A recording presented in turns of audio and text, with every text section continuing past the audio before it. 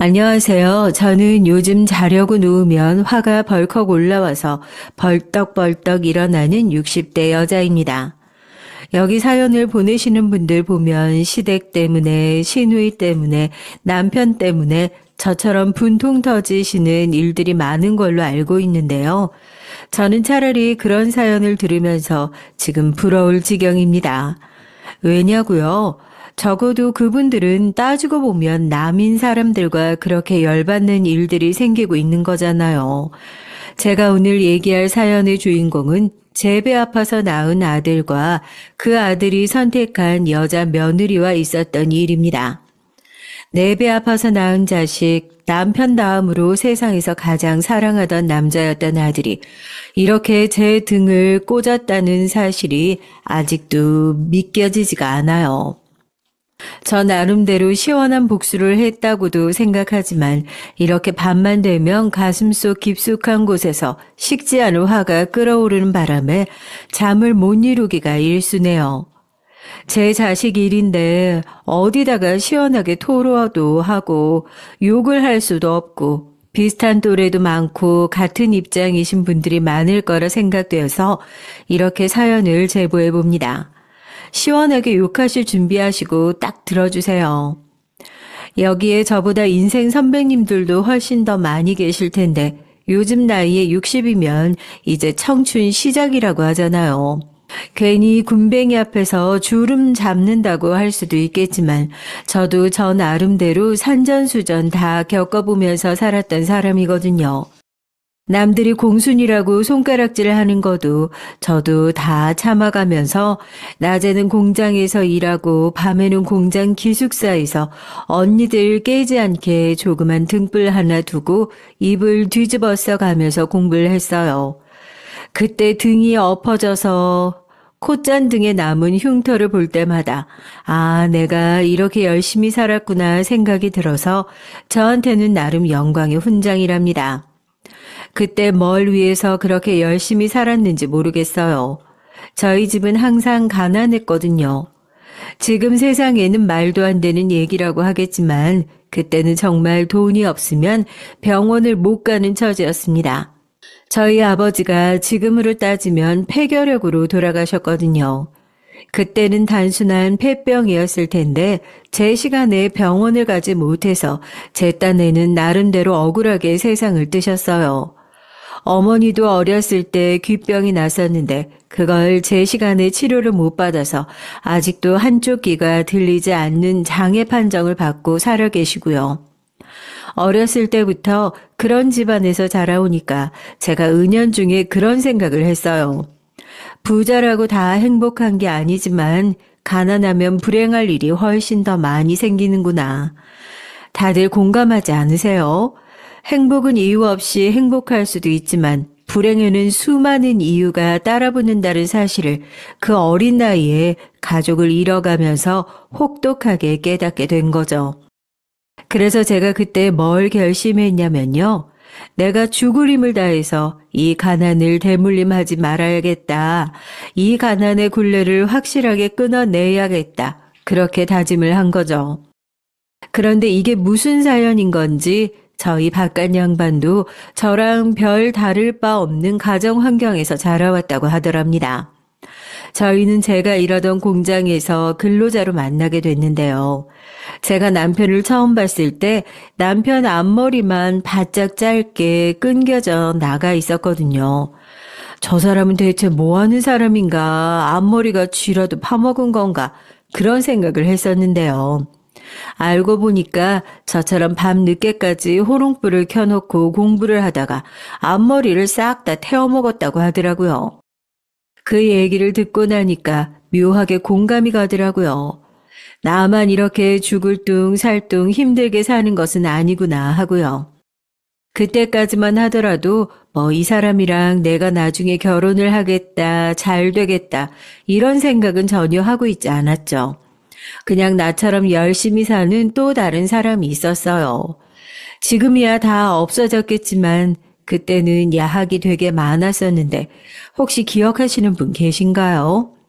남편을 다시 만나게 된 건 그 야간 학교였습니다. 기억이 가물가물하긴 한데 그때는 저희 공장 말고도 산업체에서 약을 꽤나 많이 연결해 줬었던 걸로 기억하거든요. 물론 공부에 푹 빠져가지고 일에 소홀한 거 아니냐고 야학 다니는 친구들이 구박을 좀 더 받기도 받았었지만 그때 저희 사장님의 배려 덕분에 저를 포함한 나이 어린 친구들이 배움에 있어서는 서러운 일이 좀 덜했던 것 같아요. 그 사장님은 지금 뭐하고 사시려나 사연을 쓰다가 갑자기 궁금하기도 하네요. 여튼 같은 공장에서 일하면서 같은 학교까지 다니고 있으니까 또 그때 비슷한 또래 친구들을 만날 수 있는 기회가 있어봤자 얼마나 있었겠어요. 사람들이 쟤네 저러다 정분 나는 거 아니냐 싶을 정도로 붙어 다니면서 같이 잘 다니는 또래 친구 사이였죠.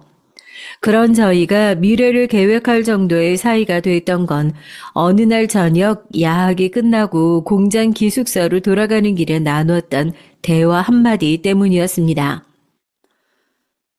너는 꿈이 뭐야? 이렇게 열심히 사는데 이유가 있을 거 아니야. 난 사실 어렸을 때 집안 형편이 어려워서 가족들이랑 헤어졌거든. 남들이 들으면 참 소박한 소원이다 할 수도 있는데 다른 사람들처럼 평범하게 가정을 꾸리고 행복하게 사는 거 그거 하나면 좋겠어. 열심히 사는데 뭐 별다른 이유가 있겠어. 내가 그걸 제일 잘 알잖아. 돈이 없으면 가족끼리 다 함께 사는 그 쉬운 것도 어렵다는 걸 몸소 느꼈으니까.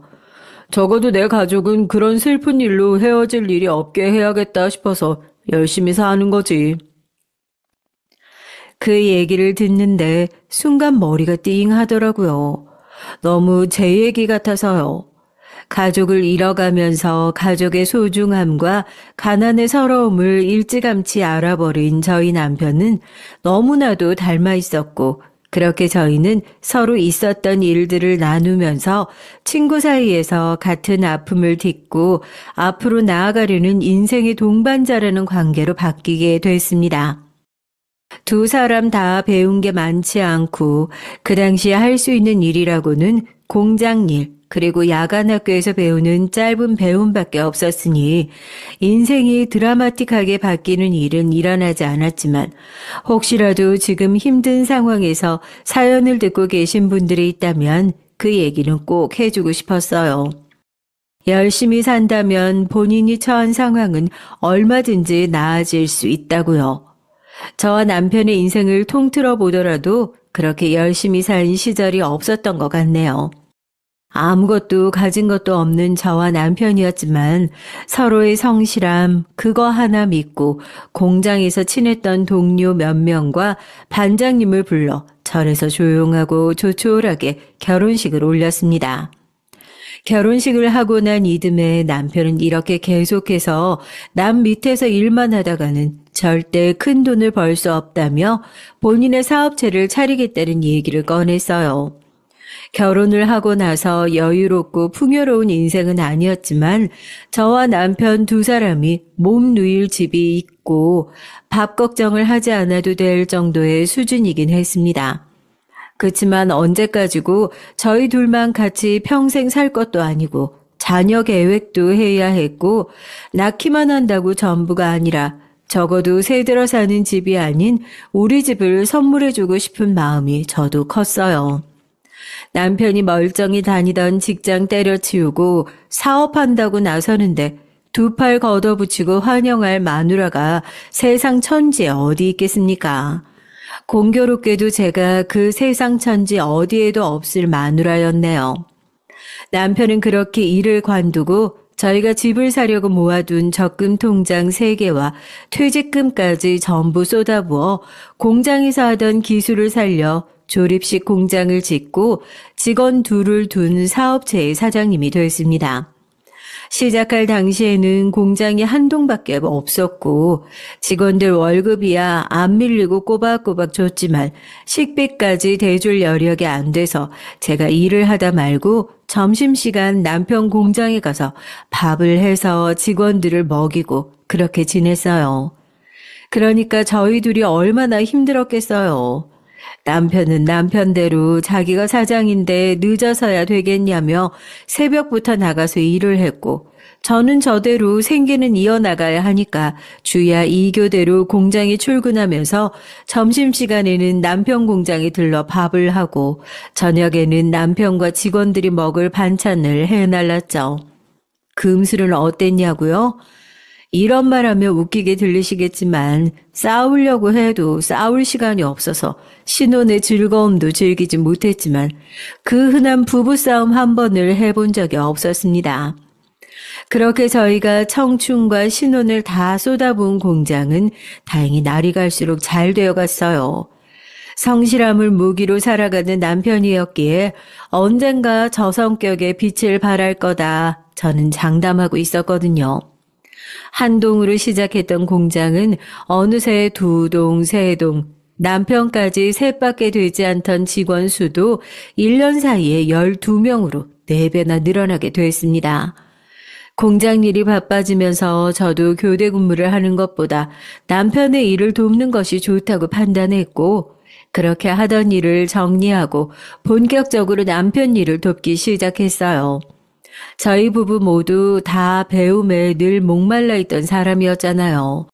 직원들 중에 나이 어린 친구들이 많았는데 어떻게든 학교는 졸업시켜보자는 생각으로 학부모 역할까지 자처하면서 수학여행비도 대주고 여러모로 추억이 많은 시기였네요. 저희가 돈독이 바짝 올라서 미친 듯이 돈만 벌겠다는 생각으로 일을 했다면 이 정도로 성공하기 어려웠겠지만 그렇게 직원들을 먼저 생각하는 마음으로 서로 가족처럼 으쌰으쌰 하다 보니까 돈은 자연스럽게 따라오더라고요.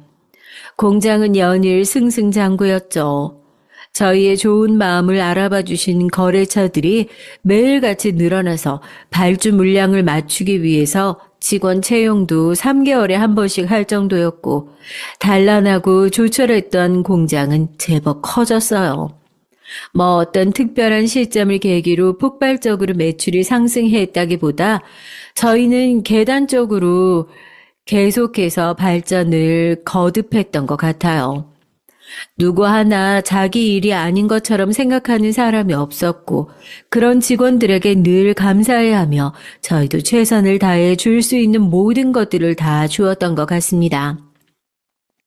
남편도 저도 지금은 은퇴를 했지만 아직도 저한테 그때 당시 공장에서 일했던 직원들이 어디서 다 한 자리씩 차지하고 저한테 사모님 사모님 소리를 하면서 명절마다 인사를 하러 올 정도니까 저희가 얼마나 서로를 잘 챙기고 의지했는지 대충 짐작은 가시죠.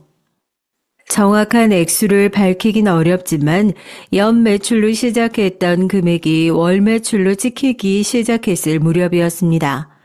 저희 공장도 어느 정도 안정을 찾았고 저도 남편도 열심히 살다가 어느 순간 뒤돌아보니 이 정도면 우리 정말 열심히 살았구나 싶더라고요. 그런데 저희가 이렇게 열심히 살아온 이유가 결국 안정적인 가정을 꾸리기 위함이었잖아요. 정작 바쁘게 살다 보니 저희가 처음 생각했던 삶의 목표는 까맣게 잊어버린 채 그저 돈만 벌며 살고 있다는 생각이 들더라고요. 이제는 저희 인생에도 어느 정도 안정이 찾아왔다는 생각이 들어 더 늦기 전에 부랴부랴 자녀 계획을 세우기 시작했습니다. 남편도 그렇고 저도 그렇고 제대로 된 가족의 울타리 안에서 살아보지 못했던 사람들이라서 정말 우리 자식한테만큼은 든든한 부모가 되어주고 싶었어요. 그렇게 저는 아들을 갖게 됐습니다. 앞으로 다가온 일들을 까맣게 모르고 그저 행복하게만 지내는 날들이었죠. 참 지금 생각해보면요. 태어나면서부터 부모 속을 많이 썩이는 애들 있잖아요. 저희 아들이 딱 그랬거든요. 10달도 채 못 채우고 9달 만에 세상 밖으로 나와서 인큐베이터 안에 2달을 있었고 갓난아기 때는 무슨 잔병치레가 그렇게 많았는지 아이의 장기침에도 제 가슴이 찢어질 정도로 저한테는 그저 아픈 손가락이었습니다. 어렸을 때부터 갖고 싶은 건 다 갖게 해줬고 배우고 싶은 건 다 배우게 해줬어요. 그렇게 너무 오냐오냐 하면서 키웠던 탓일까요? 돌이켜보면 학창시절 때부터 저질러온 아들의 크고 작은 사고들로 인해 저희 부부가 골치 아팠던 순간이 한두 번이 아니었습니다. 안녕하세요. 우영이 어머님 맞으시죠? 저 우영이 담임 선생님입니다.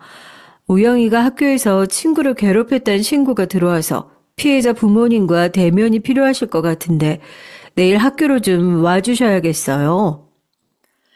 저희 부부 모두 자식 뒷바라지를 하겠다고 일을 하느라 정신이 없었고 학교 생활은 어떠냐 아들에게 넌지시 물어볼 때마다 늘 잘하고 있다는 답변만 돌아왔었거든요. 그래서 담임 선생님의 갑작스러운 전화에도 당연히 아들이 불미스러운 사건에 휘말릴 것이라고만 생각했습니다. 하지만 학교에 가보니 저와 남편이 그동안 엄하게 키워왔던 아들이 맞나 싶을 정도로 딴판의 모습을 하고 있는 아들을 마주할 수 있었어요. 반에서 왜소하고 체구가 작은 친구를 학기 초부터 지속적으로 괴롭혀왔다는 동급 선생들의 제보도 있었다고 하더라고요.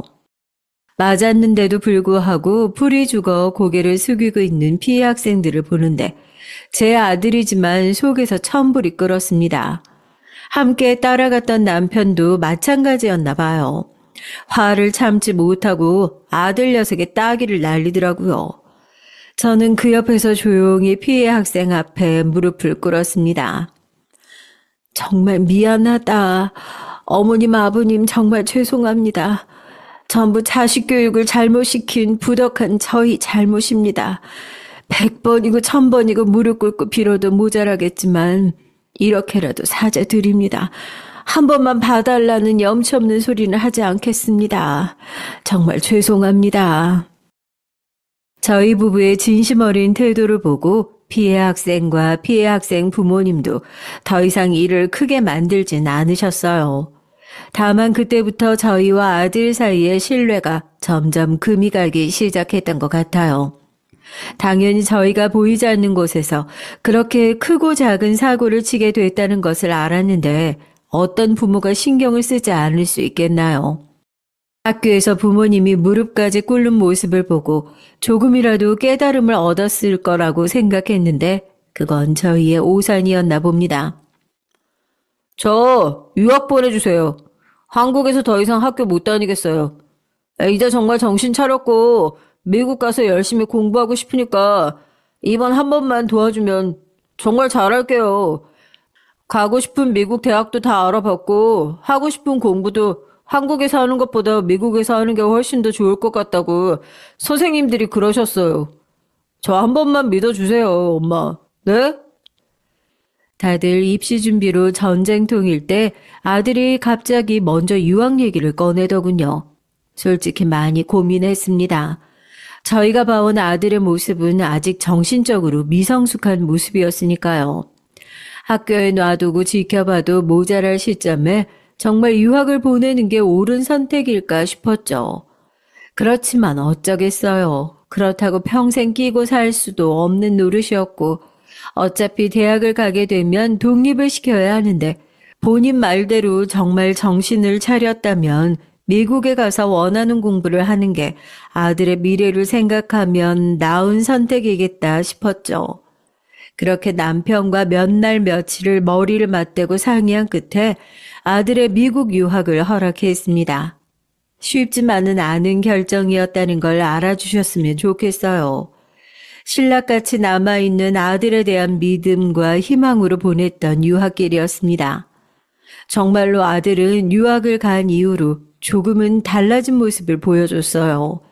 저희가 걱정하지 않게끔 자주 연락을 해왔고 분기별로 우편으로 확인할 수 있었던 성적표에서도 우수한 성적을 확인할 수 있었습니다. 그렇게 한시름 걱정을 덜었다고 생각할 때였어요. 제가 말씀드렸잖아요. 행복에는 이유가 없는데 불행은 정말 다양한 이유로 다양한 모습으로 찾아온다고요. 저에게 감당할 수 없는 거대한 불행이 찾아오게 됩니다. 아들의 성적표를 받은 지 얼마 되지 않았고 아들과 다정하게 통화도 했고 한국에 없는 아들을 빼고 둘이서 자축이라도 하자며 남편과 평소에 좋아하던 식당에 예약을 해놓은 날이었어요. 약속 시간이 벌써 30분이나 지났는데도 일이 있어서 좀 늦을 것 같다는 남편이 코빼기도 비추지 않더라고요. 슬슬 걱정이 되기 시작해서 전화를 해보려는 통에 정말 깊은 그늘이 드리워진 남편이 식당 문을 열고 들어왔습니다. 저는 직감했어요. 무슨 일이 있구나 하고요. 여보, 회사에 무슨 일 있어요? 표정이 너무 안 좋네. 심각한 일이에요? 그게 아니라 사실 내가 얼마 전에 당신이랑 건강검진을 같이 받았잖아. 병원에서 연락이 왔더라고. 검사를 했는데 뭔가 보여서 다시 검사를 받아보는 게 좋겠다고. 나도 별로 대수롭지 않게 생각하고 별거 아니겠다 생각해서 병원 가서 검사를 받았는데 암이라네. 췌장암이래. 어떡하지? 어떡하지, 여보? 당신이랑 우리 우영이 남겨두고 내가 어떡하면 좋지? 길어야 1년이라는데 어쩌면 좋지? 저희가 좋아하는 식당에 앉아서 남편이 제일 좋아하는 메뉴를 앞에 두고 그 얘기를 들은 거예요. 저 정말 믿지도 않는 신을 원망하게 되더라고요. 사람이 팔자라는 게 있는 걸까요? 저는 정말 가족이 없이 홀로 외롭게 지내야 하는 그런 팔자인 걸까요? 이제 아들 하나 낳아놓고 남편과 따뜻하게 가정 꾸려서 잘 살아보려고 하는데 남편의 갑작스러운 시한부 소식에 하늘이 몽땅 무너지는 것 같았습니다. 가슴이 찢어지는 수준이 아니더라고요.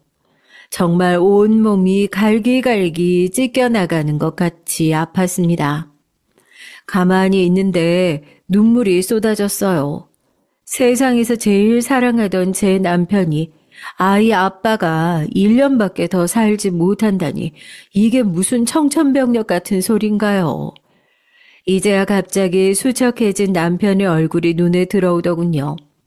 회사 일이 바쁘고 힘들어서 그렇다고만 생각했던 제 자신이 문득 한심스러웠습니다. 남편은 끝까지 가족 생각뿐이었어요. 졸업 시험이 얼마 남지 않는 아들이 이 소식을 알게 되면 마음이 얼마나 흔들리겠냐면서 유학생활 잘 마무리하고 올 수 있도록 시험이 마무리될 때까지 당분간은 비밀로 하자고 가장 먼저 그 얘기부터 꺼내더라고요. 세상에 그런 남편이 어디 있습니까? 저 정말 남편의 말대로 졸업시험을 앞둔 아들에게 남편의 시한부 소식을 알리지 않았어요.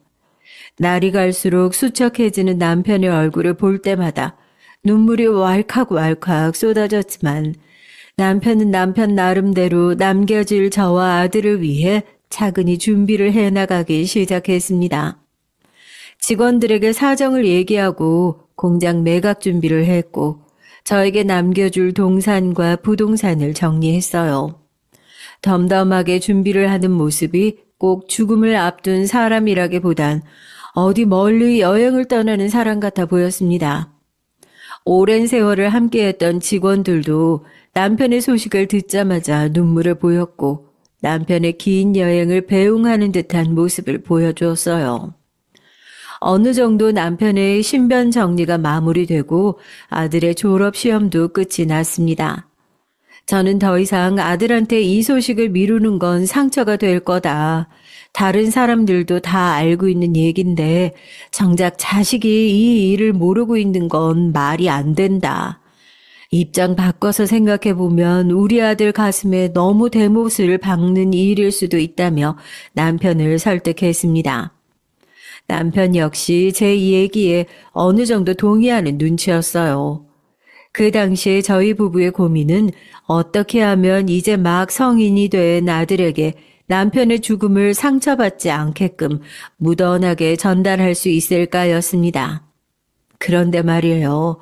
저희의 이런 걱정을 비웃기라도 하듯 말도 안 되는 소식 또 하나가 비행기를 타고 건너왔습니다.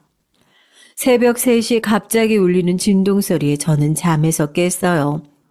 국제전화로 울리는 전화의 발신자는 아들이었습니다.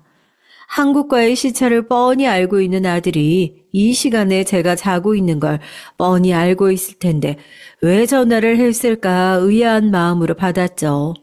무슨 일이냐고 했더니 저 정말 놀라서 기절을 할 뻔했잖아요. 엄마 놀라지 말고 들으라고 자기가 사고를 좀 쳤다고. 미국에서 만나는 여자친구가 있었는데 그 여자친구의 임신 소식을 알게 됐답니다. 취업 준비하는 중이라서 한국에서 제가 보내주는 학비와 용돈으로 겨우 생활하는데 임신한 여자친구까지 케어하려다 보니 돈도 부족하고 어떻게 해야 할지 모르겠다고요. 임신한 여자친구는 어렸을 때 미국으로 입양 오고 양부모님과 인연을 끊고 산 지 꽤 오래된 터에 카지노를 왔다 갔다 하면서 도박비까지 져놓은 상태라서 보살펴줄 가족이 자기밖에 없답니다. 여러분 입장 바꿔서 생각해 보세요. 새벽 3시에 그런 전화를 받으신다면 황당해서 기절할 수밖에 없지 않겠어요? 아픈 남편은 제 옆에 누워서 거칠게 숨을 몰아쉬고 인상을 잔뜩 구기면서 잠을 청하고 있는데 아들이라고 하나 있는 건 출신도 불분명한 여자를 임신시켰다고 새벽 3시에 자기 엄마한테 전화를 하고 있는 꼴이라니요. 제가 전생에 무슨 죄를 그리도 크게 지었길래 이런 벌을 받고 있는 건가 싶었습니다. 저는 남편이 깰까 걱정되어 거실로 조용히 나와 전화를 마저 받았습니다. 너 지금부터 엄마가 하는 말 똑똑히 들어. 너희 아빠가 지금 무슨 상황인 줄 알아? 너희 아빠 시한부야. 얼마 못 산다고. 지금 최대한 스트레스 없이 지내셔도 모자랄 판에 아버지 마음에 대못을 박을 일 있어? 아버지는 너 미국에서 공부하고 취업 준비하는 거 방해될까 봐 본인 아픈 것도 말하자 말자 하셨던 분이야. 그런데 뭐? 임신... 너 지금 이게 말이나 되는 소리라고 생각하니? 염치란 게 있는 거야, 지금. 이렇게 남편의 투병 소식을 알리고 싶지 않았지만 아들의 철없는 언사에 저도 이마를 싸매고 얘기를 꺼냈습니다. 아들도 적잖이 당황한 눈치였어요. 아버지 일도 그렇고 자기도 더 이상 여기서 둘이 지낼 수는 없다면서 우선 한국으로 들어오겠다고 하더라고요. 그날 밤 저는 한숨도 잠을 자지 못했습니다. 다음날 일어난 남편이 최대한 놀라지 않도록 안 좋은 얘기를 적당히 덜어내고 남편에게 아들의 소식을 알렸어요. 부부가 오래 살면 눈빛만 봐도 안다고 하잖아요. 남편은 이제 오로지 제 걱정뿐이더라고요. 내가 당신한테 미안한 게 너무 많아. 앞으로 해결해야 할 일이 많겠지만 지혜롭게 잘 헤쳐나갈 거야. 당신은 늘 그랬잖아. 내가 따로 챙겨준 것들은 절대 아무한테도 주지 말고 그건 당신 몫이니까 알겠지? 아들은 그렇게 얼마 지나지 않아 며느리라고 부르고 싶지도 않지만 임신한 며느리를 데리고 한국으로 들어왔습니다. 갈 곳 없는 자식을 내치는 부모가 어디 있겠어요. 당장 오갈 데 없는 아들 내외를 남편과 저는 저희 집으로 들였고 처음에 눈치를 보면서 있는 듯 없는 듯 생활하던 두 사람도 시간이 지날수록 본색을 드러내기 시작했습니다. 엄마, 나 돈 좀 보태주면 안 될까? 한국 들어오면서 다 정리 못한 빚이 있어서 다른 사람도 아니고 이제 내 아이 엄마 손주 임신한 사람인데 저 사람 스트레스 때문에 애라도 잘못될까 봐 그게 걱정돼서 그러지. 나도 미국에서 대학까지 나온 사람이고 곧 일도 시작할 거니까 내가 일 시작하고 나면 그 돈으로 엄마한테 다 다시 돌려줄게. 아버지도 저러고 계시는데 미리 정리한 돈도 꽤 있을 거 아니야. 너 지금 그건 말이라고 하는 거야? 아버지 지금 멀쩡하게 눈 뜨고 살아계셔. 어디 감히 엄마한테 눈 똑바로 뜨고 그런 소리를 해? 그런 소리를. 남편이 죽으면 자기 앞으로 돌아올 몫이 있지 않냐며 멀쩡히 살아있는 남편의 유산 얘기까지 들먹거리는 것을 보니 정말 갈 때까지 갔다 싶더라고요. 제가 남편한테 아직까지도 미안한 게요. 마지막 떠나는 길까지 아들 교육 제대로 하지 못해서 그렇게 집안을 시끄럽게 만들었던 게 그게 너무 미안해요. 매일같이 빚쟁이처럼 맡겨둔 돈이라도 찾으러 온 사람처럼 자기 몫의 재산을 요구하는 아들의 뻔뻔함이 극에 달했을 때 남편은 이 꼴을 더 이상 보기라도 싫다는 듯이 눈을 감았습니다. 마지막까지 아들과 며느리에게 엄마를 잘 모시라는 얘기를 남기고 말입니다. 평생을 서로 의지하며 살아왔는데 갑자기 저 혼자 이렇게 남겨두고 허망하게 떠나버린 남편을 생각하면 아직도 가슴이 너무 아프고 먹먹합니다. 그렇게 정신없이 장례를 치르고 난 후에 아들 내외와 저의 관계는 점점 더 극한으로 치달아갔어요. 이제는 저희를 몰아세우는 작전이 아니라 회유하는 작전으로 바꾸기라도 한 것인지 며느리가 저한테 구구절절 얘기를 시작하더라고요.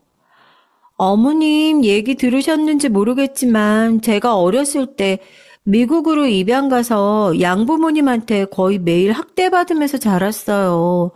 제대로 가정교육도 받지 못했고 저한테 그런 부모님이 너무 필요했거든요. 그래서 어머님이 보시기에 제가 모자라고 한심해 보일 수도 있는 거 충분히 이해해요. 카지노에 들락날락거리는 사람들, 물론 정상 아니죠. 저도 그때 정상이 아니었던 것 같아요. 뭐든 해야 할 것 같은데 할 수 있는 건 없고 그래서 실수한 거죠. 저도 이제 아이가 생겼잖아요. 좋은 엄마가 되어주고 싶어요. 어머님 저희 한 번만 도와주세요. 어머님 손자가 세상에 태어날 때부터 빚쟁이인 엄마 밑에서 자라게 할 수는 없잖아요. 아버님도 안 계시고 저희 이번에 한 번만 도와주시면 평생 어머님 모시고 사는 게 제 복이다. 그렇게 생각하고 살게요. 네? 그때는요, 며느리의 진심 어린 설득에 마음이 동했던 게 절반, 남편을 잃고 외로운 마음에 아들 내외가 모시고 살아준다는 고마운 마음 절반이었던 것 같아요. 이런 식으로 도와주면 나중에 또 똑같은 실수를 반복할 것을 알고 있어서 자기들 힘으로 극복할 수 있게 부모로서 최소한의 도리만 해주자 생각했는데 저런 얘기까지 꺼내니까 저도 순간 마음이 동하더라고요. 사실 남편의 유산 중에서는 분명히 아들 몫으로 남겨준 게 있었어요. 그것마저도 언제 어떻게 줄지는 제가 알아서 처리하면서 모든 권한을 저에게 맡겼는데 어차피 줘야 할 몫이라면 이 애들이 정말 필요할 때 도와주는 게 맞지 않나 그렇게 생각을 했습니다. 그리고 정말 태어나자마자 빚쟁이인 부모 밑에서 자랄 제 손주를 생각하면 그 애는 대체 무슨 죄인가요? 저도 그건 아니다 싶었던 거죠. 여러분들이 보시기에 앞으로 일이 빤히 보인다고 하셔도 할 말이 없지만 저는 그런 마음이 앞섰기 때문에 아파트를 아들 명의로 돌려주게 됐습니다. 아파트뿐이었게요. 남편이 아들 몫으로 남겨준 시골에 있는 땅까지 처분해 줬습니다. 그리고 아들 내외를 불러서 얘기를 했죠. 엄마 입장에서는 아버지와 평생을 함께 해왔던 집이고 전 재산을 처분해 준 거나 다름이 없으니 이제 우리가 더욱 힘을 합쳐 슬기롭게 살아가야 한다는 얘기를 말입니다. 아파트를 아들 명의로 돌려주고 난 후 아들 내외와 좀 더 돈독한 사이가 될 것이라 기대했던 저의 생각은 그야말로 산산조각이 나게 됐습니다. 아들 내외는 사실 목적이 처음부터 본인들 몫의 유산을 챙기기 위한 사람들이었던 것 마냥 그 돈을 받고 나서 저를 홀대하기 시작했기 때문이에요. 사연을 쓰면서 10달 동안 제 배 아파 낳은 자식이 열과 성을 다하여 키운 제 자식이 저를 그런 취급했다는 사실을 곱씹고 다시 쓴다는 것이 가슴이 찢어지게 아픕니다. 인정하고 싶지 않지만 남편의 재산을 다 처분해준 저는 이제 돈이고 뭐고 더 이상 빼먹을 게 없는 마치 힘없고 보잘것없는 노인네라는 생각을 하는 것 같더라고요. 제일 먼저 달라진 건 어머님 어머님 하면서 저를 극진하게 모시던 며느리의 태도가 180도 달라졌다는 겁니다. 명의 이전을 해주자마자 얼굴색을 싹 바꾸더니 본색을 드러내기 시작하더라고요. 어머님은 언제까지 집에만 계실 거예요? 요즘엔 뭐 실버 아르바이트다 뭐다 해서 새벽부터 할머니 할아버지들 밖에 나가서 바닥도 쓸고 하시던데 어머님은 그런 거라도 해볼 생각 없으세요? 아니 그렇잖아요. 뭐 유산이 얼마나 된다고. 이제 더 이상 쓸 유산도 안 남았을 텐데 그러시면 안 되는 거 아니에요? 그 얘기를 듣는데 기가 차더라고요. 옆에서 말리지 않는 아들 녀석은 더 기가 막혔고요. 며느리는 손주 간식이라도 사다 주려면 뭐라도 버는 게 있어야 하지 않겠냐면서 사지 멀쩡하고 이제 집에 눌러 앉아서 더 까먹을 아버님 유산도 없을 텐데 나가서 일이라도 해야 하지 않냐 이겁니다. 재산만 처분해주면 평생을 극진하게 모시겠다는 약속은 온데간데 없어진 거죠. 당연히 일을 할 생각도 없거니와 저도 일찌감치 은퇴를 결정하게 된 이유가 건강 때문이었는데 그런 눈치를 보면서 다시 일을 할 이유가 전혀 없지 않겠어요. 재산 처분해주면 극진하게 모시겠다는 얘기를 철석같이 믿은 것도 아니지만 자식된 도리는 해야 하지 않겠니?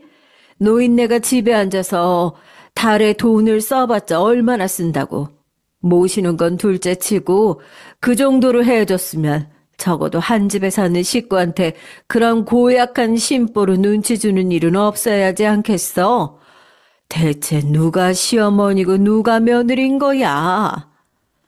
저도 나름대로 어이가 없어서 따끔하게 한마디 했더니 금방 입이 삐죽 나와서는 아들한테 쪼르르 달려가 저와 있던 일을 미주알 고주알 다 일러바치는 것 같더라고요. 재산을 돌려준 걸 후회했냐고요? 후회하지 않았다고 하면 거짓말이겠죠. 솔직히 극진히 모신다는 대접은 기대도 안 했다만 이런 식으로 뒤통수를 칠 것도 예상하지 못해서 날이 갈수록 제 배신감과 분노는 극에 달했습니다. 제가 일을 나갈 생각이 없이 완고한 태도를 보이자 아들과 며느리는 어떻게든 저를 써먹고 싶어 환장한 사람들처럼 굴기 시작했어요. 이제 더 이상 돈 나올 구석은 없다고 생각했는지 저를 무슨 가정부처럼 생각하기 시작하더라고요. 저희 외출하고 올 동안 밀린 빨래도 좀 해주시고요. 장도 봐놓고 저녁도 좀 해놓으세요. 하루 종일 집에서 빈둥빈둥 있으시면서 뭐 할 거예요? 그런 거라도 해야지. 나중에 손주 낳으면 손주 안 보겠다고 아예 뻗어버리고 누울까봐 걱정된다니까 진짜. 아니 표정이 왜 그래요? 뭐 기분 나쁘기라도 하신 거예요? 그렇게 기분이 나쁘시면 나가 사세요. 여기 어머니 붙들고 있는 사람 아무도 없으니까요. 엄마, 제발 내 손으로 엄마 쫓아내게 만들진 말자, 어? 그냥 가족끼리 지킬 거 지키면서 살자는 건데, 그렇게 기분 나쁜 티 팍팍 내면서 서로 기분 상하게 하지 말란 얘기야. 우리가 뭐 어려운 걸 시켰어? 집에서 각자 1인분씩 하고 살자는 건데.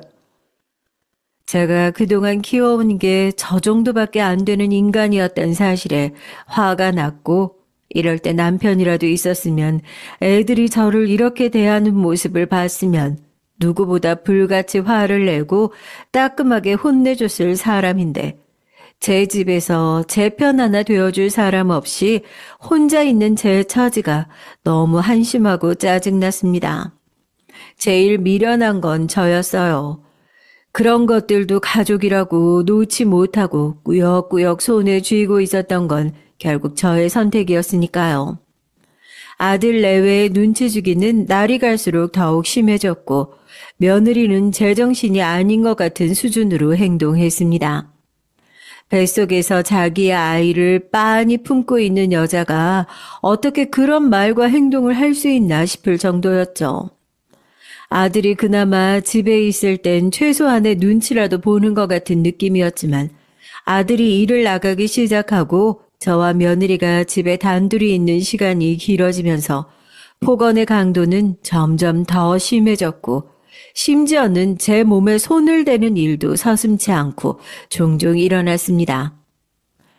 뼈 빠지게 자식을 키운 대가와 미래가 며느리한테 매맞으면서 살아가는 시어머니의 모습이라니. 제 말로가 더 이상 쓸쓸하고 초라해지는 건 하늘에 있는 남편도 원하지 않을 것 같고 이 집에서 더 이상 이런 취급을 받으면서 살다간 제가 올바른 판단을 내릴 수 없을 정도로 망가지겠다 싶더라고요. 저는 아들 내외에게 제대로 된 복수를 하기 위해서 올바른 때만 기다리며 일을 갈고 있었습니다. 그날도 아들이 일을 나가자마자 며느리의 횡포가 시작됐어요. 자기는 배가 무거워서 아무것도 할 수 없으니까 바닥이나 좀 닦으라면서 물에 젖은 걸레를 저한테 집어던지더라고요. 나 같으면 집에서 이런 취급 받기 싫어서라도 나가서 일을 하겠네.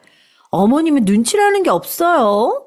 이 정도쯤 했으면 눈치껏 나가 죽든지 집을 나가든지 꾸역꾸역 바퀴벌레처럼 집에 붙어가지고는 하여튼 눈에 들어올 때마다 꼴 보기 싫어 죽겠네.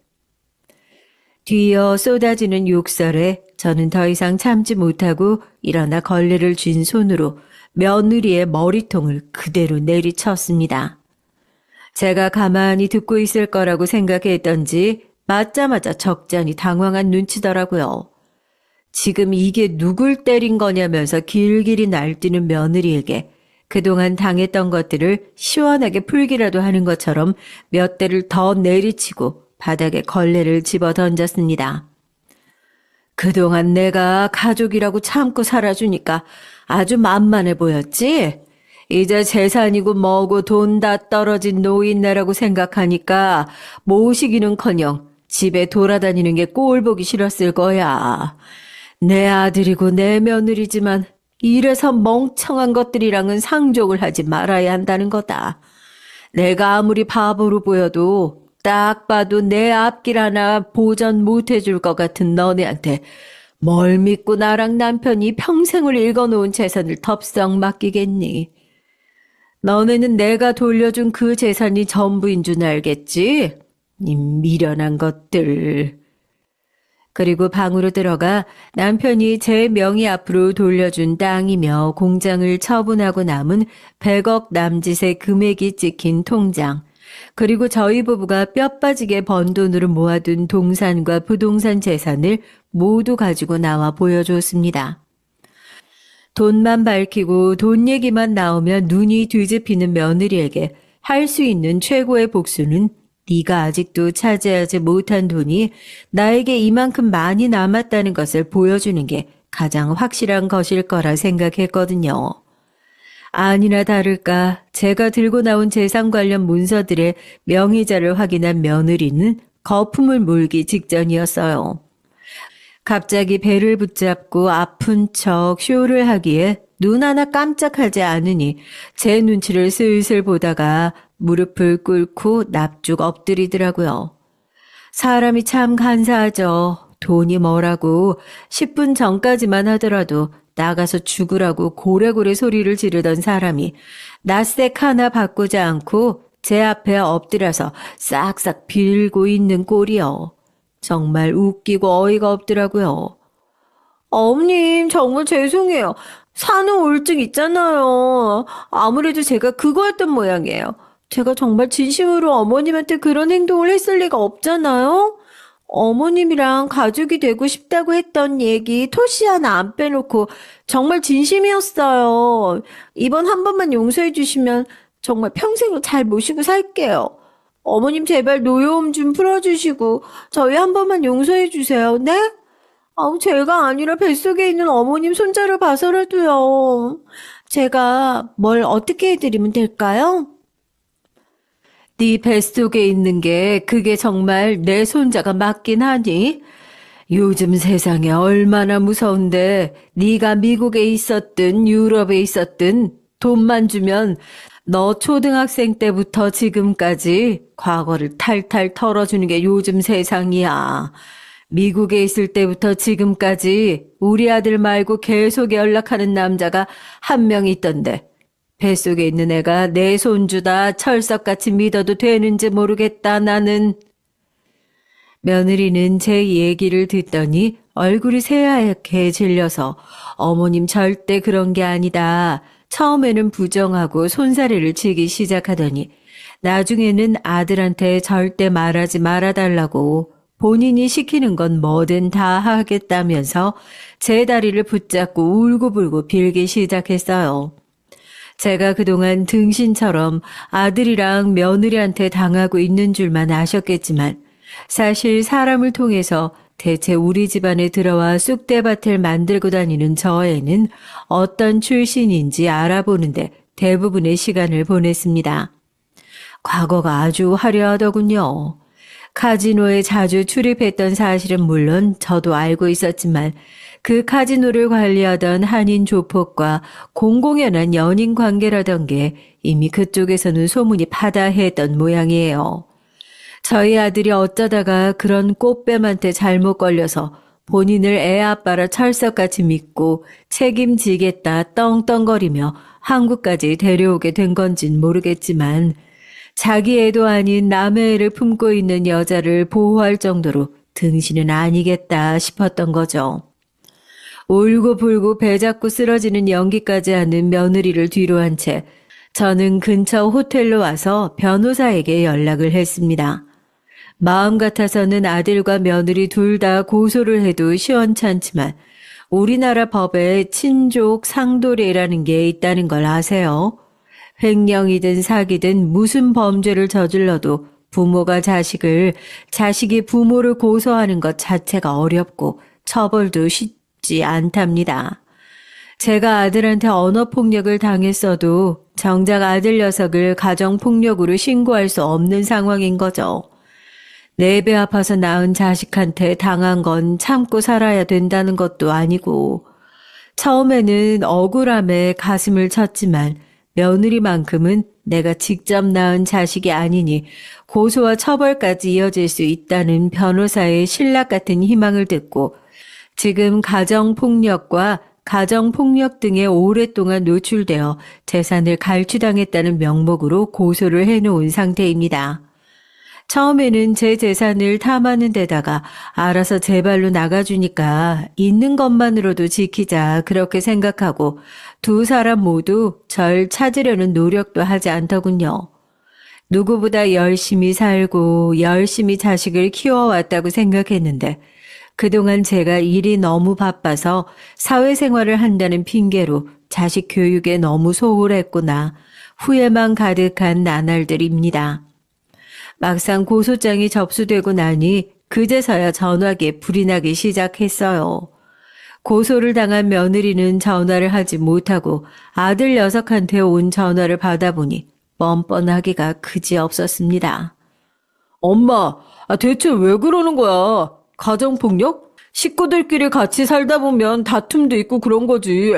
누가 엄마처럼 유난스럽게 자기 며느리를 고소한다 그래. 지금 이 사람 스트레스 받아서 배가 뭉친다고 금방이라도 병원에 입원해야 할 기세야. 그만 좀 하고 만나서 화해를 하든지 뭘 하든지 하자. 지금 어딘 건데? 아유, 이 멍청한 놈아. 내가 너 같은 걸 10달 동안이나 금이야 오기야 내 뱃속에서 품었단 사실이 너무 화가 나고 믿기지가 않는다. 너도 지금 네 새끼 귀하다고 생각하니까 나한테 전화해서 이렇게 바락바락 화를 내고 있겠지. 그런데 아직 우리 며느리한테 그 얘기는 못 들었나 보다. 뱃속에 있는 게 네 애가 아닐 수도 있다는 소리 말이야. 아직도 내 아들이 그런 일을 당했다고 생각하면 너무 억울하고 마음이 미어지지만 지 엄마가 자기 보는 눈앞에서 뻔히 맞고 살고 있는 걸 알면서도 오로지 네 새끼만 소중한 줄 알았지? 널 낳고 너한테 평생 사랑을 쏟았던 엄마 속이 썩어 문드러져 가는 줄도 모르고 그냥 업보다 하고 살거라. 고소를 취할 일도 없고 두 사람이 살고 있는 집도 너희 아빠가 평생을 일해 만들어준 곳이야. 아무리 생각해도 너네 둘이 살고 있을 자격은 전혀 없지. 어떻게든 그 집도 돌려받아 줄 테니까 둘이서 그 집에서 살 수 있는 동안만이라도 머리 맞대서 작전 잘 짜보든지 해. 제 아들도 저보다는 자기 자식이 소중하다 생각하고 자기 자식 먼저 선택했던 거죠. 이런 상황에서 누굴 원망할 수 있겠습니까? 제가 전화할 때 대고 쏘아붙이니 이런 사실에 크게 충격을 받았는지 수화기 너머로 아무 말도 하지 못하다 조용히 전화를 끊더라고요. 그리고 다음날 새벽 저에게 장문으로 죄송하다는 사과의 문자 메시지가 왔습니다. 참 그래요. 생판 모르는 남한테 억울한 일을 당하면 주변 사람들한테 시원하게 욕이라도 하고 편하게 고소도 하고 톡톡 사연에 사연을 쓰면서도 한 점 부끄러움이 없었을 것 같은데 여긴 제 자식이잖아요. 제 배 아파서 낳고 기른 자식이 제 등에 칼을 꽂았다고 생각하니까 사연을 보내면서도 그게 다 제가 자식 교육을 잘못 시켰기 때문이라는 생각이 들어 부끄럽고 창피한 마음이 들더라고요. 남편도 옆에 없는 상황에서 혼자 이 모든 일을 바로잡는다는 것이 쉽지만은 않고 사실 아직도 진행 중인 얘기라 어떻게 하면 좋을지 막막한 마음이 큽니다. 그래도 저는 지금이라도 제대로 다시 부모 노릇을 해보려고 합니다. 아들한테 어렸을 때부터 원하는 것들 다 사주고 배우고 싶은 것들 다 배우게 해주고 그렇게 모자람 없이 키웠던 게 이 아이를 이런 말도 안 되는 아나무인으로 키우게 했던 거라면 지금이라도 자기 몫이 아닌 것들은 손에서 뺏어 오더라도 늦은 가정교육을 제대로 시키려고 합니다. 아마도 제가 아들 내외 앞으로 돌려주었던 아파트나 땅 역시 가정폭력에 의해서 어쩔 수 없이 강제로 재산을 돌려줄 수밖에 없었다는 게 인정된다면 다시 청구 소송을 하는 것도 가능할 것이라는 변호사님의 긍정적인 얘기가 있어서 남아있는 2024년은 자식과 괴롭고 힘든 싸움을 하는 시간으로 흘러가지 않을까 하는 생각이 듭니다. 많이 늦은 상황이지만 아들과 며느리에게는 당연히 매일같이 사과의 연락이 오는 상황이에요. 이쯤 되면 이걸 받아주지 왜 노인네가 뭐가 그렇게 욕심이 나서 꼬장 부리면서 버티고 있나. 결국 남편 재산 뺏기기 싫어서 아들이랑 며느리랑 목에 핏대 세우고 싸움하고 있는 거 아니냐고 욕을 하시는 분들도 계시겠지만 말씀드렸던 것처럼 저 이제라도 제가 그동안 제대로 하지 못했던 가정교육 다시 제대로 시켜보고 싶은 마음뿐입니다. 톡톡 사연을 보시는 분들, 톡톡 사연에 제보를 하시는 분들 모두 많은 사연을 안고 살아가시는 분들이 많은 것으로 알고 있어요. 저도 솔직히 이런 말도 안 되는 선택을 하기까지 스스로 너무 괴롭고 고민도 많았어요. 가족이라고는 이제 아들과 며느리 세상 천지에 하나밖에 남지 않았는데 이런 천륜을 내 손으로 끊어내는 것은 아닐까.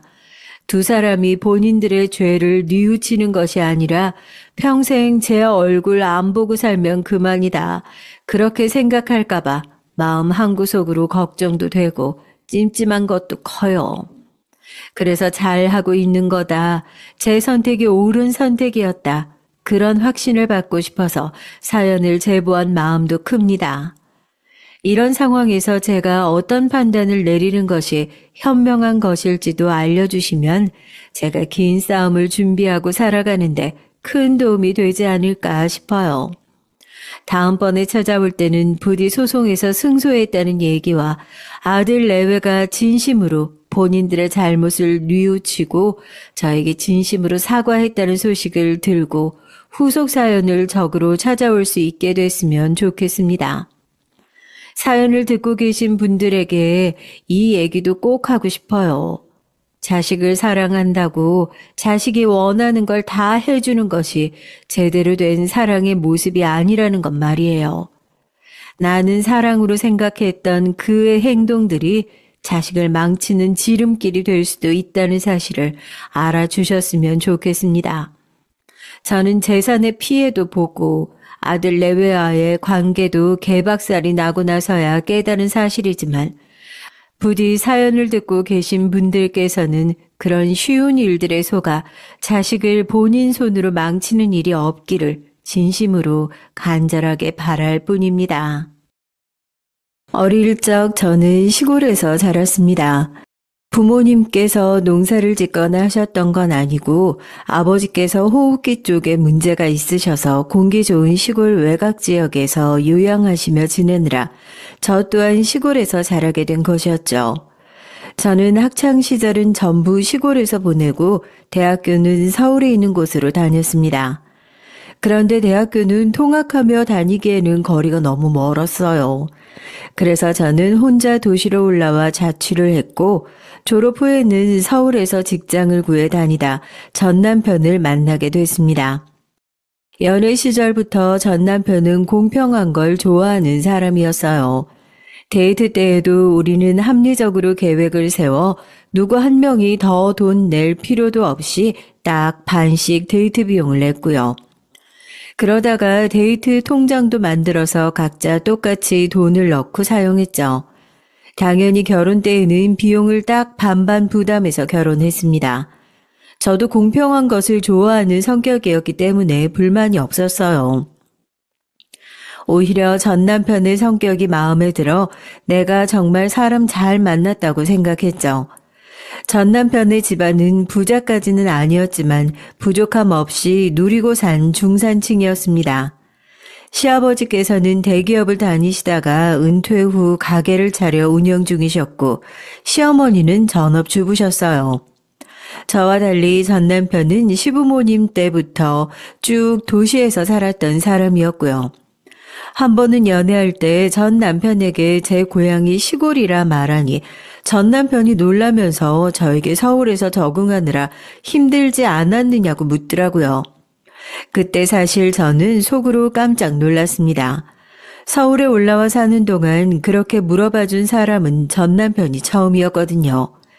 그때까지만 해도 저는 전 남편이 참 따뜻하고 세심한 사람이라고 생각했어요.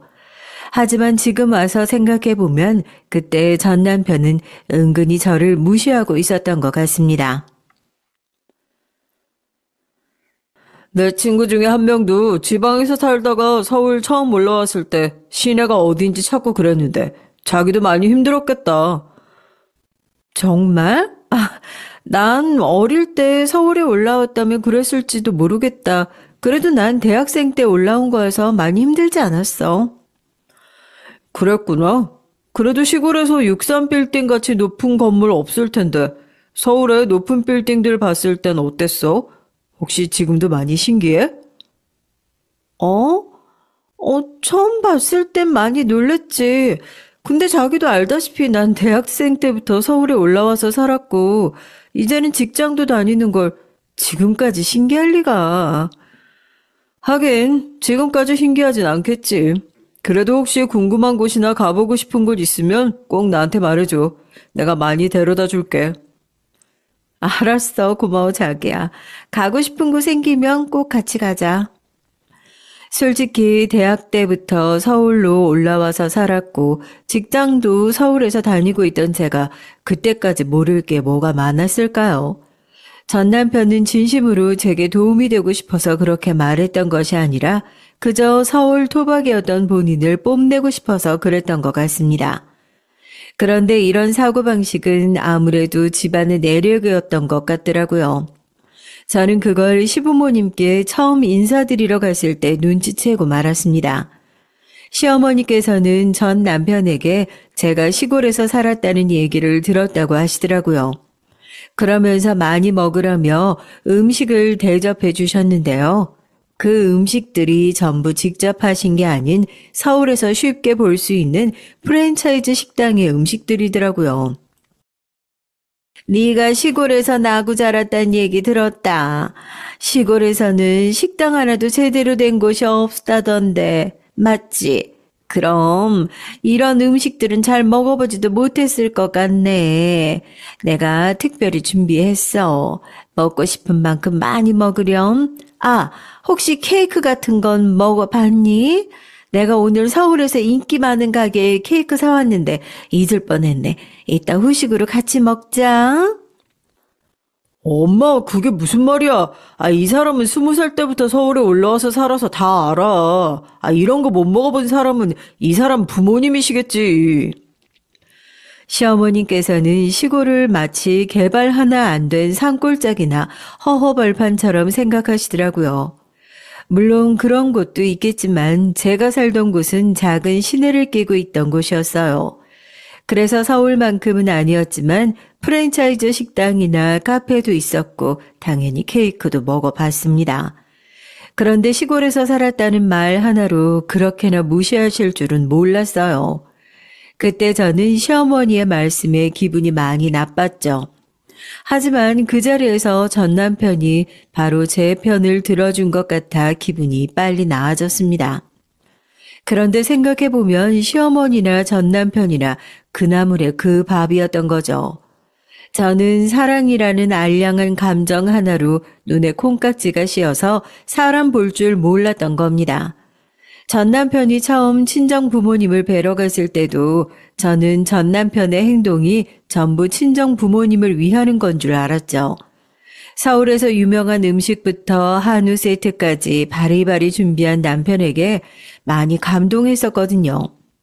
근데 그때 전 남편이 홀리듯 제게 말했습니다. 자기네 부모님께서 고기 자주 못 드신다고 했잖아. 그럼 이번 기회에 이렇게 좋은 고기 같이 드시면 엄청나게 좋아하시겠다. 그때 저는 전 남편이 제가 했던 말을 세심하게 기억하고 있다고 생각했습니다. 이전에 제가 전 남편에게 부모님께서 건강 때문에 고기보다는 채소 위주로 식사하신다고 말한 적이 있었거든요. 그 뒤로 함께 부모님을 뵈러 갈 때 전 남편은 예의 바른 모습으로 부모님께 잘했고 그 모습에 저는 전 남편과 결혼하기로 마음을 먹었습니다. 상견례 때나 결혼 준비를 할 때도 저와 전 남편 사이에서는 잡음이 없었고요. 그렇게 별일 없이 결혼하고 행복하게 잘 살 일만 남았구나 싶었는데 결혼하고 첫 번째로 맞이한 전 남편의 생일 때 일이 터졌습니다. 전 남편의 생일 축하는 시댁에서 한 번, 친정에서 한 번 이렇게 하기로 했어요. 시댁은 아들이니 당연히 시댁에 와서 같이 축하해야 한다는 의견이었고 친정 부모님은 사위의 첫 생일이니까 꼭 챙겨주고 싶다고 하셨기 때문이었죠. 당시 전 남편의 생일은 평일에 껴있어서 저와 전 남편 둘 다 생일 당일에는 시간을 낼 수가 없었어요. 그래서 양가 모두 생일 축하는 주말에 하자고 말이 나왔죠. 시댁은 서울이고 친정 부모님 댁은 시골이었기 때문에 편의상 금요일 저녁에 시댁에 먼저 들렀다가 하룻밤 자고 토요일 아침에 부모님 댁으로 가기로 했습니다. 시댁에 도착하고 보니 시어머니께서 전 남편이 좋아하는 음식으로 한가득 생일상을 차리셨더라고요. 음식은 모두 너무 맛있었어요. 어머니, 음식이 전부 너무 맛있어요. 미역국도 그렇고 갈비찜도 너무 부드러워서 입안에서 살살 녹는 것 같아요. 이 음식들 전부 하시느라 많이 힘드셨을 텐데 제가 못 도와드려서 너무 죄송해요. 맛있지? 사실 내가 직접 한 건 아니고 요번에 내 친구가 어디 호텔 주방장이 한다는 가게를 알려줘서 거기에 생일 상차림으로 다 맡겼어. 우리 아들 생일인데 이 정도는 해줘야지. 저는 시어머니의 말씀을 듣고 속으로 많이 당황했어요.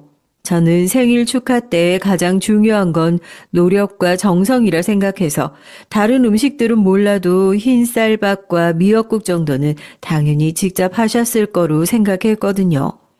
그런데 모든 음식을 그냥 돈 주고 맡기셨다니 상당히 묘한 기분이 들었습니다.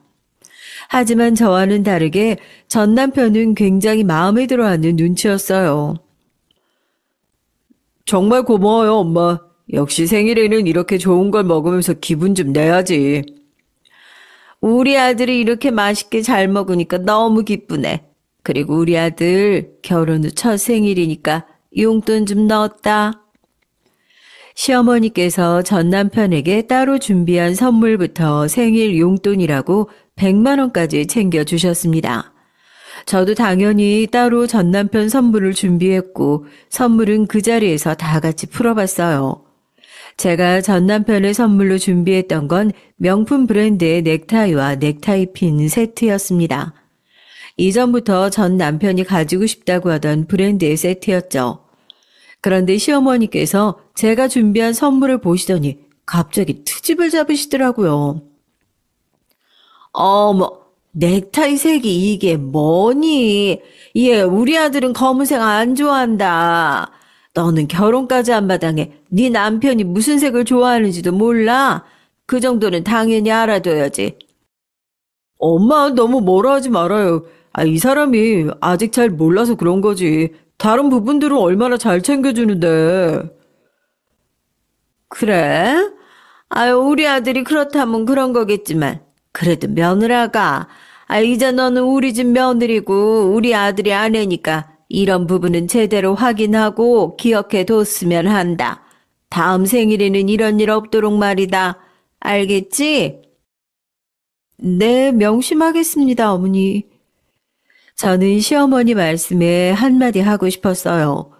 전 남편의 생일 축하라는 자리인데 서로 불편하게 만들고 싶지 않아서 그저 네네 하고 대답만 하고 말았습니다. 하지만 속이 상하는 건 어쩔 수가 없더라고요. 모르긴 뭘 모른다는 건지 저는 전 남편이 좋아하는 색은 진작 알고 있었습니다. 그런데 다음날 친정으로 가는 차 안에서 전 남편은 저에게 아직 자기가 좋아하는 색도 모르냐고 타박을 하더라고요. 시댁에서는 참았지만 단둘이 있을 때도 참을 이유는 없었죠. 저는 어처구니 없어 하며 대답을 했습니다. 내가 당신이 좋아하는 색을 왜 몰라? 최근에 계속 블랙이 멋있다면서 좋아했잖아. 그건 내가 한시적으로 마음에 든 색이고, 내가 옛날부터 진짜 좋아하는 색은 남색이잖아. 솔직히 상대방에게 선물할 거라면 예전부터 좋아했던 색으로 해줘야 하는 거 아니야? 한시적으로 마음에 든 색이라고 말한 적도 없잖아. 나는 그저 당신이 좋아하는 색이 블랙으로 바뀐 줄 알았다고. 그럼 다음에는 꼭 남색으로 맞춰서 선물할게. 솔직히 검은색이나 남색이나 전 남편이 좋아하는 색이란 것은 똑같은 거잖아요. 그런데 그렇게 타박을 하니 시댁에서부터 좋지 않던 기분이 더 안 좋았습니다. 그래도 친정에 도착해 오랜만에 부모님의 얼굴을 뵈니 다시 기분이 좀 나아졌죠. 친정 부모님도 사위의 첫 번째 생일이라고 상다리가 부러지게 차리셨더라고요. 제가 전 남편이 고기를 좋아한다고 말씀드렸더니 사위 먹인다고 시골에서 황토를 먹이며 키운 토종 흑돼지 한 마리를 통째로 잡으셨다는 거예요.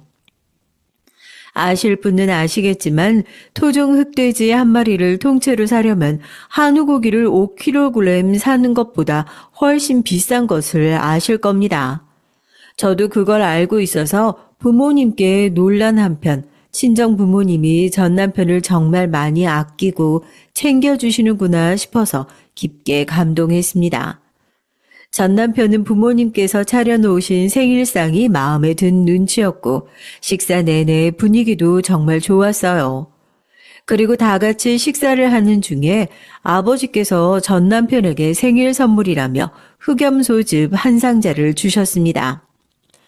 자네 요즘 회사 일 때문에 많이 힘들다며? 이거 자네 몸보신하라고 엄청 유명한 건강원에서 내려오는 흑염소즙이야. 내가 직접 국내에서 키운 염소 사다가 주고 내린 거니까 믿고 마셔도 돼. 신경 써주셔서 감사합니다, 장인어른. 잘 마시겠습니다. 당시에 전 남편은 거의 매일 야근을 해서 항상 피곤을 달고 살았죠. 부모님께서는 제가 안부 전화를 드릴 때마다 지나가는 말로 남편이 매일 야근한다고 했던 걸 기억해 두셨다가 챙겨주신 것 같았어요. 저는 부모님의 노고에 참 감사하고 마음이 따뜻해지더라고요. 전 남편도 좀 놀란 것 같았지만 이내 웃으며 아버지께 감사하다고 인사도 잘했습니다. 식사가 끝나고 저와 남편은 친정에서 하루 자고 다음날 아침에 돌아가기로 했죠. 그런데 침대에 누워 잠들어 있는데 갑자기 전 남편이 자리에서 일어나더라고요. 저는 잠기가 밝고 잠자리에 예민해서 전 남편이 움직이자마자 바로 잠에서 깼습니다. 저는 전 남편이 방에서 나가는 것을 보고 이 밤중에 어딜 가나 싶어 조용히 따라 나가봤죠. 전 남편은 집 앞마당에서 담배를 피우고 있더라고요. 저는 잠이 안 와서 그러나 싶어 전 남편에게 다가가다가 문득 주말 동안 전 남편이랑 대화를 통 못했다는 생각이 들었어요. 시댁에서나 친정에서나 단둘이 있을 시간이 별로 없긴 했거든요. 그래서 저는 전 남편과 오랜만에 단둘이 오붓하게 얘기라도 할 겸 놀라지 않게 조심스럽게 다가갔는데 옆모습으로 전 남편이 수첩에 뭘 적고 있는 게 보이더라고요. 근데 제가 수첩에 관해서 물어보기도 전에 전 남편은 제 발소리를 들었는지 급하게 수첩을 치웠습니다. 여보, 자는 줄 알았는데 여긴 어쩐 일로 나왔어? 혹시 내가 깨운 거야? 내가 잠기가 좀 밝잖아. 근데 여보야말로 왜 안 자고 나온 거야? 혹시 잠이 안 와서 그래? 아니면 오늘 먹은 음식들이 소화가 안 돼서 그런가? 오늘 우리 부모님이 챙겨주신 음식이 좀 많기는 했지. 엄청 많기는 했지. 생일이라고 그렇게 챙겨주신 게 감사하긴 하더라. 그랬어? 정말 다행이다. 사실 나도 아까 엄청나게 놀랐다. 첫 사위라고 챙겨주고 싶다고 하시더니 많이 준비하시긴 했더라고. 근데 여보, 아까 보니까 수첩에 뭐 적고 있는 것 같던데 뭐 적고 있었어? 별거 아니야. 춥다. 시골이어서 그런가 밤 되니까 엄청나게 춥네.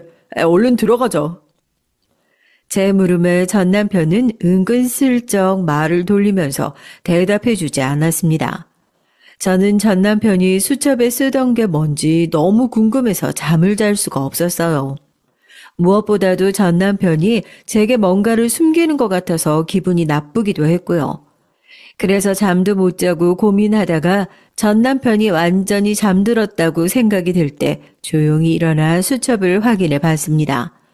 수첩에는 그간 전 남편이 간략하게 써둔 기록 같은 메모들이 있었어요. 가장 최근에 써둔 건 시댁에서 받았던 생일상에 대한 것과 생일 용돈으로 받았던 금액이었어요. 그리고 한 줄 밑에는 친정 부모님께서 전 남편에게 차려준 생일상에 대한 감상과 선물로 받은 흑염소 집에 대한 것이 적혀 있었습니다. 시댁에서 받았던 생일상에는 마음에 들었음이라고 적혀 있었고 친정에서 받은 생일상에 대해서는 이렇게 촌스럽고 맛대가리 없는 생일상은 처음이다. 요즘 같은 시대의 흑염소 집은 또 뭐야? 진짜 징그럽고 역겹네. 라고 쓰여 있었죠. 저는 그 글을 보자마자 순간적으로 얼이 빠졌습니다.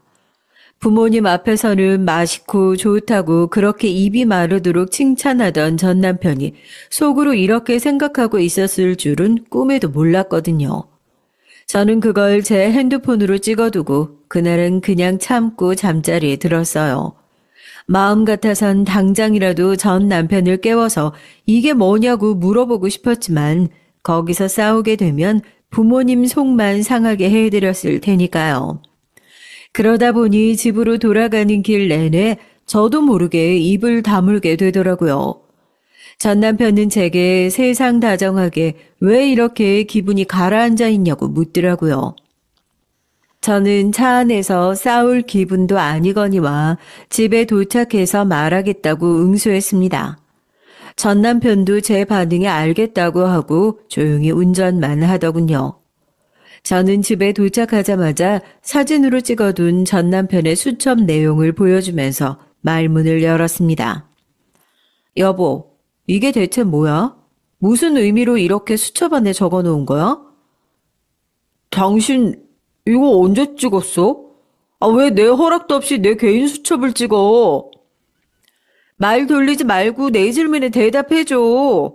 이거 별로였고 촌스럽다고 써둔 거 무슨 의미냐고. 그런데 제가 전 남편에게 이게 무슨 의미냐고 계속 추궁하니까 전 남편이 표정이랑 목소리가 싹 바뀌는 거예요. 엄청 성가시고 귀찮아하는 차가운 얼굴로 전 남편이 제게 이렇게 말하더군요. 아, 뭐긴 솔직한 감상이지.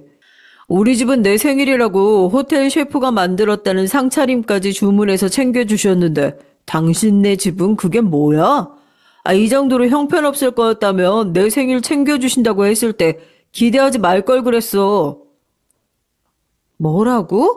아니, 우리 부모님이 당신 생일이라고 흑돼지 한 마리 통째로 잡은 거랑 흑염소즙 준비하신 게 다 촌스럽고 형편없었어? 우리 부모님이 얼마나 정성스럽게 준비하신 건데, 그럼 시댁에서 해주신 것처럼 우리 부모님도 어디 상차림이라도 맡겨서 준비했어야 당신 마음에 들었을 거라는 말이네? 솔직하게 말할까? 그래, 차라리 그게 나았을 것 같아. 난 장인어른이랑 장모님께서 그 정도 성의는 보여주실 줄 알았거든? 아, 물론 정성스럽게 준비하신 거 알겠는데, 나 흑염소즙 좋아하지도 않고, 흑돼지인지 뭔지 하던 거, 아, 고기도 맛 없었어. 그리고 돼지가 뭐야? 이왕 한 마리 잡으실 거면 소를 잡으시던가. 뭐? 소를 당신 진짜 뭘 알고나 말하는 거야? 아, 내가 뭘 모르는데. 아, 하나 모르긴 했지. 장인 장모께서 날 이렇게나 신경 쓰지 않으실 줄은 몰랐다. 뭐, 이런 거? 당신 지금 말 너무 심한 거 알아? 선 지켜. 우리 엄마랑 아빠가 차려준 생일상이 마음에 안 들었다고 해도 사람 성의를 그렇게 무시하면 안 되지. 성의는 무슨, 나 진짜 궁금해서 그러는데, 당신 부모님 말이야. 사실 도시에서 살 돈이 없어서 그런 산골짜기에서 사시는 건 아니지? 아, 그런 거라면 이번 생일상이 그 모양인 것도 이해는 하는데. 뭐라고? 우리 부모님은 돈이 없어서가 아니라 아빠 건강 때문에 시골에서 사시는 거라고 내가 이전에도 말했잖아. 왜 자꾸 트집을 잡아? 그럼 좀 쓰고 사시라 그래. 아, 눈에 보이게 돈 좀 쓰시면 내가 이렇게까지는 안 할 거 아니야. 뭐? 정말 당신 말 다 했어? 결국 그날 저와 남편은 밤새도록 싸우고 말았습니다. 이후에도 저와 남편은 계속 이날의 일 때문에 말다툼을 많이 했죠. 원래 전 남편이 남들 보기에 번듯한 거 좋아하고 돈 많이 쓴 선물 같은 걸 좋아하긴 했는데 친정 부모님이 차려주신 생일상에도 그럴 줄은 몰랐거든요. 그렇게 저와 전 남편은 일주일이나 싸우다가 이대로는 잘 해결이 될 것 같지 않아 서로 술 한잔하면서 서로의 성향이 다른 거라고 이해하고 넘어가기로 했습니다. 이때 저는 전 남편의 입장에 서서 생각하고 전 남편을 이해하려고 많이 노력했어요. 그런데 이후 양가 어른분들의 생신 때 또 일이 터진 겁니다. 시어머니 생신 때 전 남편은 시어머니 생신 용돈이라며 200만 원을 챙겨드렸어요. 저도 직장을 다니고 있었기 때문에 금전적으로 여유가 있었고 결혼 후 처음으로 맞이하는 시어머니의 생신이니 똑같이 200만 원을 챙겨서 저와 전 남편은 시어머니께 도합 400만 원을 드렸습니다. 그리고 유명하고 비싼 상차림 식당을 예약해 시어머니의 생일상까지 준비했고요. 시어머니께선 뭘 이렇게 준비했냐며 말씀하셨지만 굉장히 흡족해 하셨고요. 시어머니의 생일이 지나고 다음 우리 엄마의 생신이 다가왔을 때 저는 전 남편이 우리 엄마한테도 똑같이 200만 원을 드릴 줄 알았습니다. 저도 200만 원을 챙겨서 시어머니께 드렸으니까요. 엄마 생일날 아침에 전 남편이 장모님 생신 용돈을 보내드렸다고 해서 저도 이전에 시어머니께 드린 것처럼 똑같이 엄마께 200만 원을 보내드렸어요. 그때는 평일이라서 생신상은 주말에 챙겨드리려고 했는데 엄마께서 생신상은 차릴 필요가 없다고 전화를 주시더라고요. 연수야, 엄마는 생일상 필요 없으니까 정서방이랑 같이 몸만 와. 엄마가 밥 차려줄게. 그리고 아직 신혼 초인데 무슨 이런 큰 돈을 보내고 그래. 엄마가 250만 원 다시 보내줄 테니까 아껴서 살림에 보탰어. 네? 250만 원이요? 400만 원이 아니라요? 응? 웬 400만 원? 엄마 계좌에 들어온 돈은 250만 원이던데 정서방이 보낸 50만 원에 네가 보낸 200만 원 합해서 250만 원 맞네. 그래요, 엄마? 돈은 다시 보내주시지 않아도 돼요. 그걸로 엄마 사고 싶은 거 사시고 아빠랑 좋은 곳도 가세요. 그거 엄마 생신 선물이니까요. 시어머니 생신 때도 똑같이 보내드렸으니까 부담 느끼지 마시고요. 정말? 아유, 그럼 잘 쓸게. 오늘 아빠랑 이 돈으로 근사한 곳 가서 외식해야겠다. 정말 고마워, 우리 딸. 저는 엄마와 통화를 마치고 황당한 기분에 잠시 아무것도 하지 못했어요. 엄마의 말씀대로라면 전 남편이 보낸 돈은 50만 원이라는 거잖아요. 100만 원도 아닌 50만 원이라니 저는 그날 밤 전 남편이 퇴근하자마자 도대체 왜 50만 원만 보냈는지 물어봤습니다. 혹시 잘못 보낸 게 아닌가 싶은 마음도 있었고요. 그런데 전 남편은 확실히 50만 원만 보냈다고 말하는 거예요. 그래, 50만 원 보냈어. 솔직히 그것도 많이 보내드린 거야. 내가 알아봤더니 돼지 한 마리 가격이 30만 원 정도더라? 거기에 도축값까지 포함해서 40만 원쯤 했고 흑염소즙 5만 원 조금 넘고 그래서 45만 원에 조금 더 넣어서 50만 원 넣었어. 근데 그게 뭐 잘못했어? 설마 그것 때문에 지금 이렇게 퇴근한 사람 쉬지도 못하게 붙잡고 따지는 거야? 당신 그 흑돼지 한 마리 값을 30만 원으로 잡았어? 여보가 먹은 돼지 그거 토종 흑돼지야. 그리고 흑염소즙 우리 아빠가 국내산 흑염소 직접 사다가 다려내린 거고 근데 그런 건 다 제쳐두고 대체 어디서 제일 싼 것만 찾아서 가격 계산을 해? 돈도 돈이지만 우리 부모님이 당신 먹이려고 직접 하나하나 찾아서 사오시고 요리하신 건 생각도 안 했지? 뭐 토종 흑돼지가 좀 비쌀진 몰라도 한우보다 더 하겠어. 어차피 장인 어른이랑 장모님은 시골에서만 지내시고 어디 놀러 가시는 것도 아닌데 50만 원도 많지. 그러게 사위 생일상 때 괜히 돈 아끼지 말고 팍팍 좀 쓰시지. 그랬으면 나도 이렇게 하진 않았어. 저는 전 남편의 말 하나하나가 귀에 거슬렸습니다. 제가 알아보니 시댁에서 불렀다는 호텔 주방장의 상차림도 50만 원이 넘지 않았고 선물에 용돈까지 다 합해봐야 200만 원도 안 되는데 친정 부모님께서 전 남편에게 먹인다고 준비하신 음식은 재료값만 해도 200만 원을 훌쩍 넘었거든요. 그런데도 전 남편은 명백하게 친정 부모님을 무시하고 있었습니다. 그제야 저는 전 남편에게서 느꼈던 묘한 껄끄러움이 뭐였는지 깨닫게 됐어요. 사실 전 남편은 공평하게 반반씩 하는 걸 좋아하던 게 아니라 본인이 생각하기에 상대가 자신에게 해준 만큼만 똑같이 해주는 사람이었던 것이었습니다.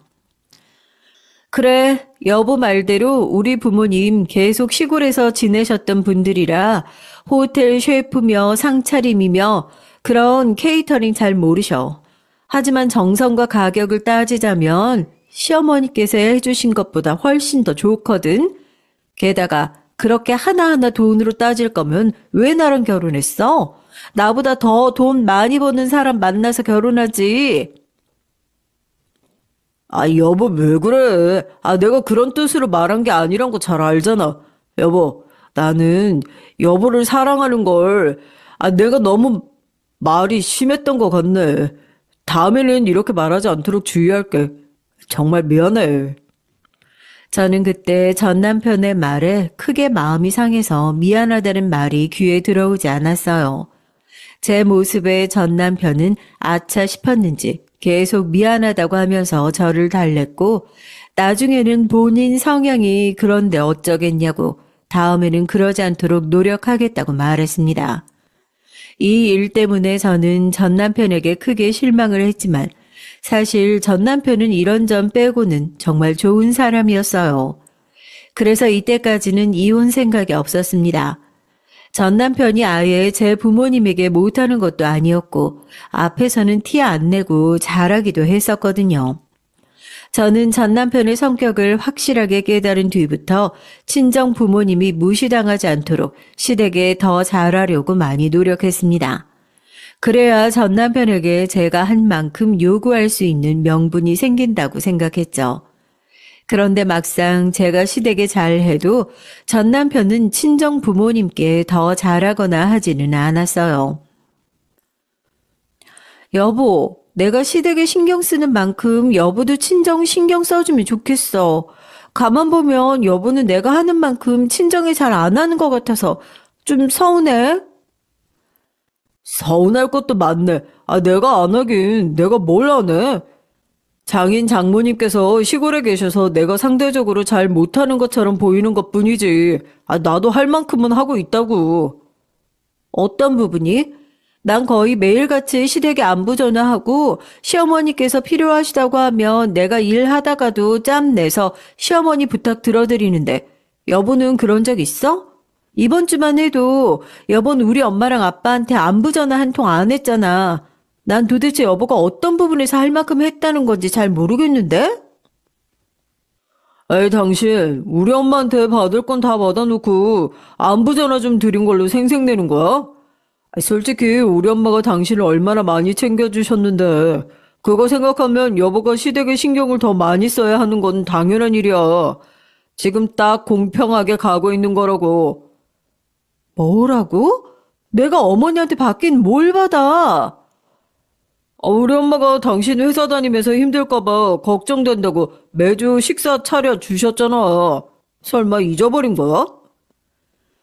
시댁은 서울이었고 저와 전 남편의 신혼집이 걸어서 15분 거리쯤에 있었습니다. 그래서 주말마다 한 번씩 같이 식사를 했는데 그때마다 시어머니께서 식사를 차려주셨어요. 그런데 그 식사도 시댁에서 먹으려고 미리 만들어 놓은 걸 차리기만 했던 거라 따로 저를 위해서 차려주시거나 한 건 아니었거든요. 게다가 주말 식사 말고는 제가 시댁에서 더 받은 건 딱히 없었습니다. 저는 전 남편의 말에 점점 정이 떨어졌어요. 전 남편의 말을 듣고 있다 보면 전 남편의 사고방식에 무슨 피해의식이 있는 것처럼 느껴질 정도였고요. 전 남편은 친정 부모님이 마치 시댁의 발가락에도 못 미치게 자신을 대한다고 느끼더라고요. 저는 답답한 기분에 여러 번 설명했지만 전 남편은 요지부동이었습니다. 나중에는 설명하는 것조차 포기하게 되더라고요. 귀를 두 손으로 단단히 막고 듣지 않으려고 하는데 무슨 수로 설명을 하겠어요. 그 후로 제가 전 남편을 대면대면 대하기 시작하니 저에게 다정하게 굴던 전 남편의 태도가 점차 차갑게 변하기 시작했습니다. 제 앞에서 잘 하지 않던 친정에 대한 험담도 툭툭 아무렇지 않게 던지더라고요. 여보, 이런 걸 돈 주고 샀어? 부모님한테 돈 쓰는 법을 못 배워서 그런가? 무슨 물건 하나를 사도 본인 집구석처럼 구질구질한 것만 골라 사지? 그러다 보니 저는 전 남편에게 점점 더 정이 떨어졌고 나중에는 아침 식사도 따로 하는 지경에 이르렀습니다. 도무지 우리 사이를 어떻게 다시 봉합해야 할지 감도 안 잡히더라고요. 그러다가 결정적으로 전 남편에게 완전히 정이 떨어지는 일이 벌어졌어요. 여느 때처럼 주말에 시댁으로 찾아가 식사를 하고 있을 때였습니다. 전 남편과 시부모님은 기분 좋게 식사를 하고 있었지만 저는 전날에 이미 전 남편과 한 차례 싸웠던 터라 기분이 좋지 않았죠. 그 때문에 음식도 잘 못 먹고 있었어요. 저는 불편함을 참지 못하고 잠시 화장실에 다녀온다고 하고 자리를 비웠어요. 저는 제가 화장실을 다녀오는 동안 분명 시부모님께서 저에 대한 험담이나 친정에 대해 험담을 할 것이라 생각하고 있었습니다. 식사하러 모인 자리에서 제가 자리를 비우면 항상 제 험담을 하신다는 걸 알고 있었거든요. 그래도 줄곧 전 남편이 잘 커트해줬기 때문에 그냥 그러려니 하고 넘어가고 있었습니다. 그런데 그날은 달랐어요. 제가 화장실에서 나오자마자 제 귀로 믿을 수 없는 대화가 들려오는 거예요. 그래서 너 언제 날 잡을 거니? 그쪽에서도 빨리 선 날짜 잡았으면 한다고 말하더라. 그래도 선보는 건 좀 그런데. 어머머, 얘 말하는 것 좀 봐. 너 지난번에는 괜찮다며, 선보고 싶다며. 네가 그렇게 말해서 엄마가 얼마나 어렵게 자리 만들었는데 인제 와서 말 바꾸면 어떡해? 그리고 엄마가 애당초 걔랑 너랑 급이 안 맞는다고 몇 번이나 말했니? 엄마 말 듣고 그때 파혼했으면 이런 일도 없었을 거 아니야? 엄마가 계속 누누이 말했잖아. 나는 연수 걔가 예단해왔을 때부터 마음에 안 들었다고. 알았어요, 엄마. 엄마 말대로 선 볼 테니까 그만 말해요. 그래, 잘 생각했어. 아유, 내가 그때 파혼하라고 너 더 강하게 말했어야 했는데 솔직히 너도 같이 살아보니까 좀 후회되지? 네. 사실 같이 살아보니까 연수 걔가 생각보다 더 구질구질하더라고요. 본인이 못한 건 생각도 안 하고 받기만 하려고 하는데 진짜 역겨워서. 아무튼 연수가 들을 수도 있으니까 이제 다른 얘기해요. 저는 시어머니와 전 남편의 목소리가 조용해질 때까지 벽 뒤에 숨어 있었습니다. 머리로는 여러 가지 생각이 휘몰아쳤어요. 저나 친정 부모님에 대해 험담을 할 거라 예상은 했지만 선이라니요?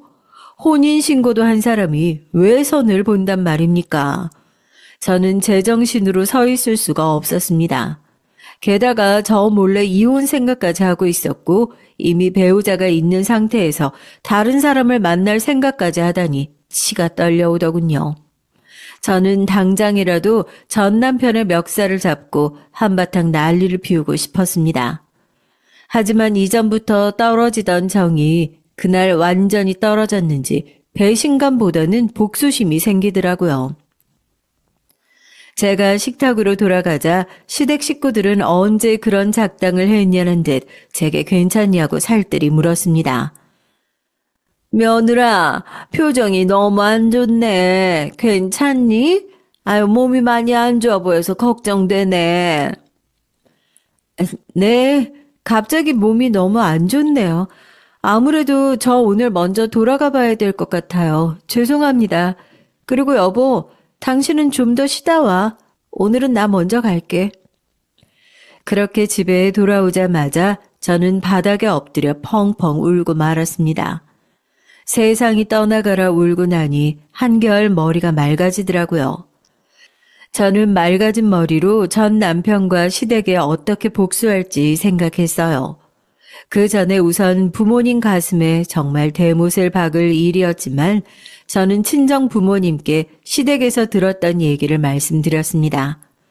친정 부모님께선 제 얘기를 듣자마자 바로 서울로 올라와 전 남편을 혼쭐 내겠다고 말씀하시며 저보다 더 화를 내셨어요.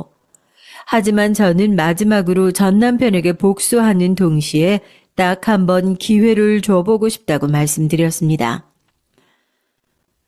전 결혼 초부터 양가에 큰 돈 들어갈 일을 대비하기 위해 전 남편과 같이 적금을 붓고 있었어요.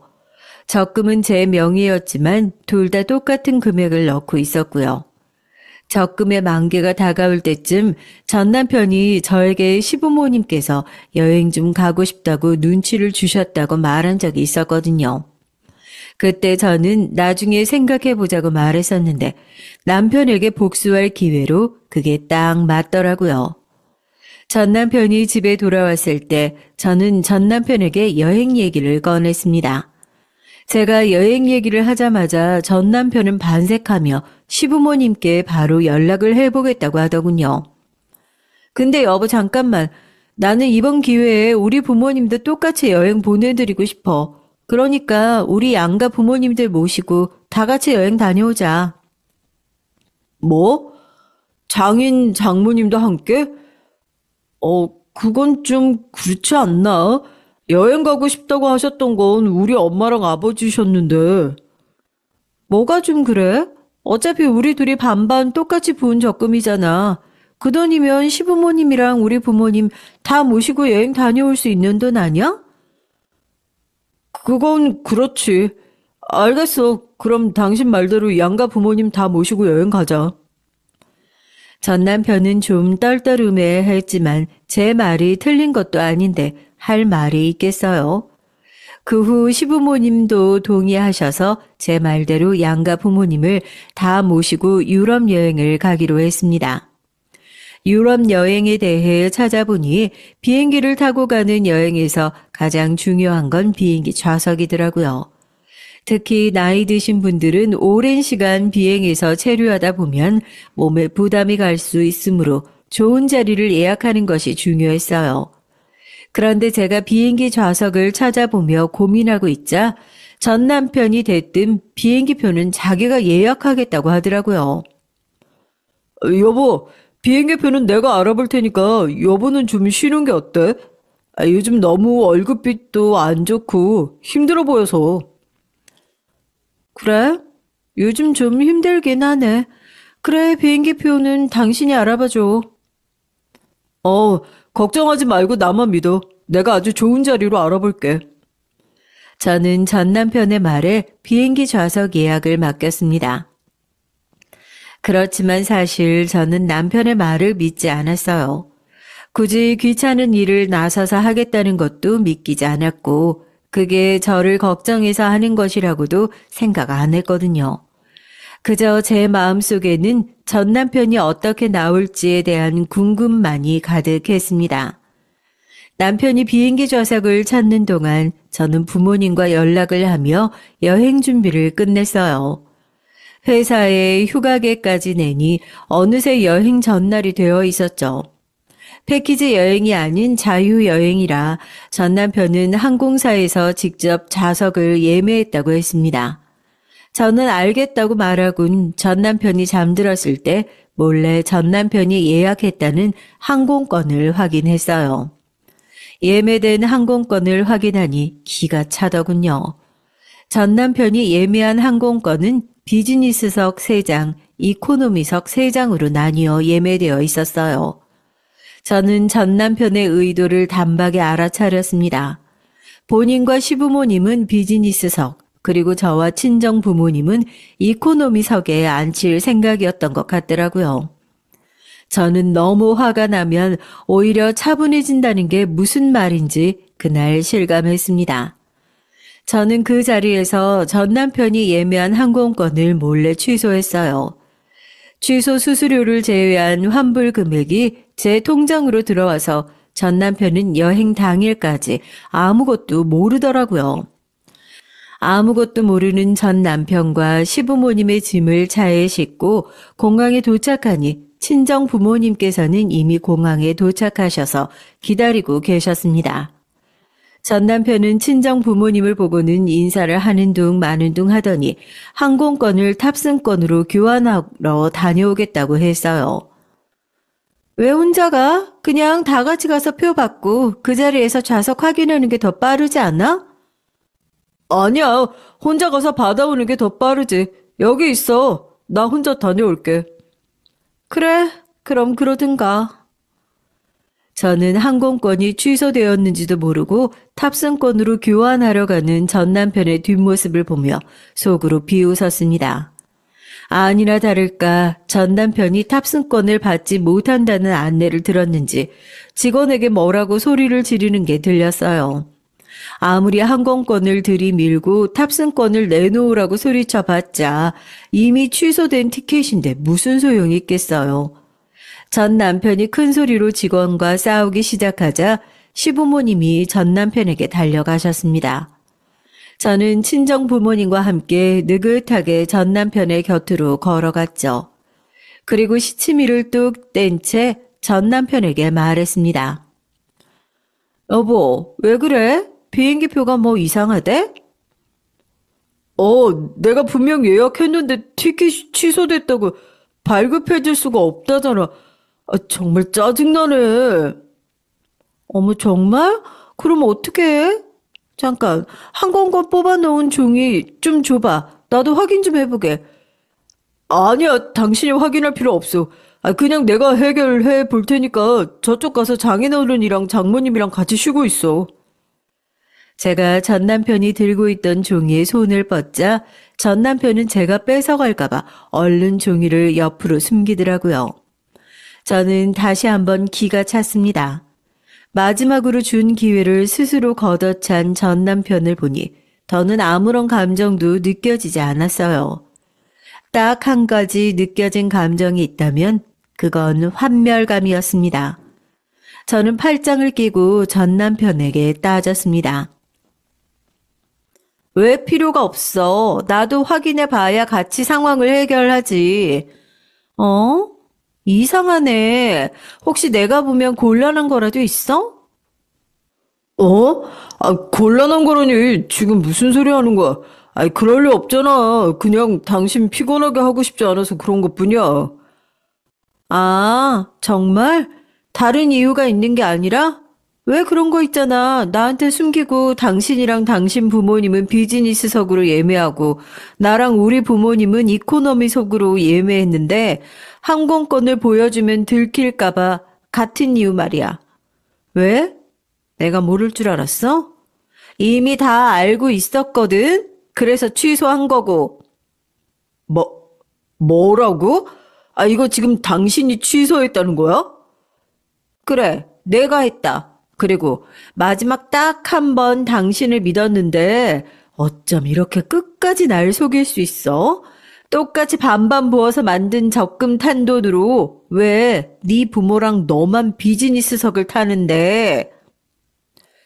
그런데 제가 전 남편에게 따져 묻자 상황을 눈치챈 시어머니께서 언성을 높이시더라고요. 얘 말하는 것 좀 봐. 네 부모라고? 얘가 정신이 나갔나? 어디 어른 앞에서 그렇게 싹수 없게 말을 할 수가 있니? 그깟 좌석 등급 좀 다르게 예매한 것 가지고 우리 아들 골탕이라 먹이고 말이야. 그러게 말이에요, 엄마. 이 사람 진짜 돌았나 봐요. 당신 도대체 왜 이래? 좋게 여행 가는 자리에서 왜 이렇게 막무가내로 사람을 몰아세워? 아유, 기분 좀 상했다고 남편의 시부모까지 홀랑 속이고 하는 말이 맹랑하고 소름 끼쳐서 원. 아니 도대체 내가 왜 너 때문에 지금 여행도 못 가고 여기서 이러고 있어야 하냔 말이야. 너 지금이라도 당장 비행기표 취소한 거 다시 돌려놔. 네가 취소한 거니까 온전히 네 돈으로 고스란히 돌려놓으란 말이야. 시어머니와 전 남편은 제가 이상한 사람인 것처럼 저를 몰아갔습니다. 앞에서는 상식 있는 사람인 척 행동하면서 뒤에서는 얼마나 작당 모의를 했을지 생각하니 소름이 끼치더라고요. 그런데 옆에서 전 남편과 제 대화를 듣고 계시던 아버지도 많이 화가 나셔서 전 남편에게 따져 물으셨습니다. 정서방 자네, 이게 어떻게 된 일인지 제대로 말을 하게. 정말 우리 좌석과 자네 부모님의 좌석을 다르게 예매했나? 어차피 취소돼서 타지도 못할 좌석이니까 솔직하게 말씀드리겠습니다. 장인 어른이라 장모님께서는 어차피 어떤 좌석이든 상관없지 않습니까?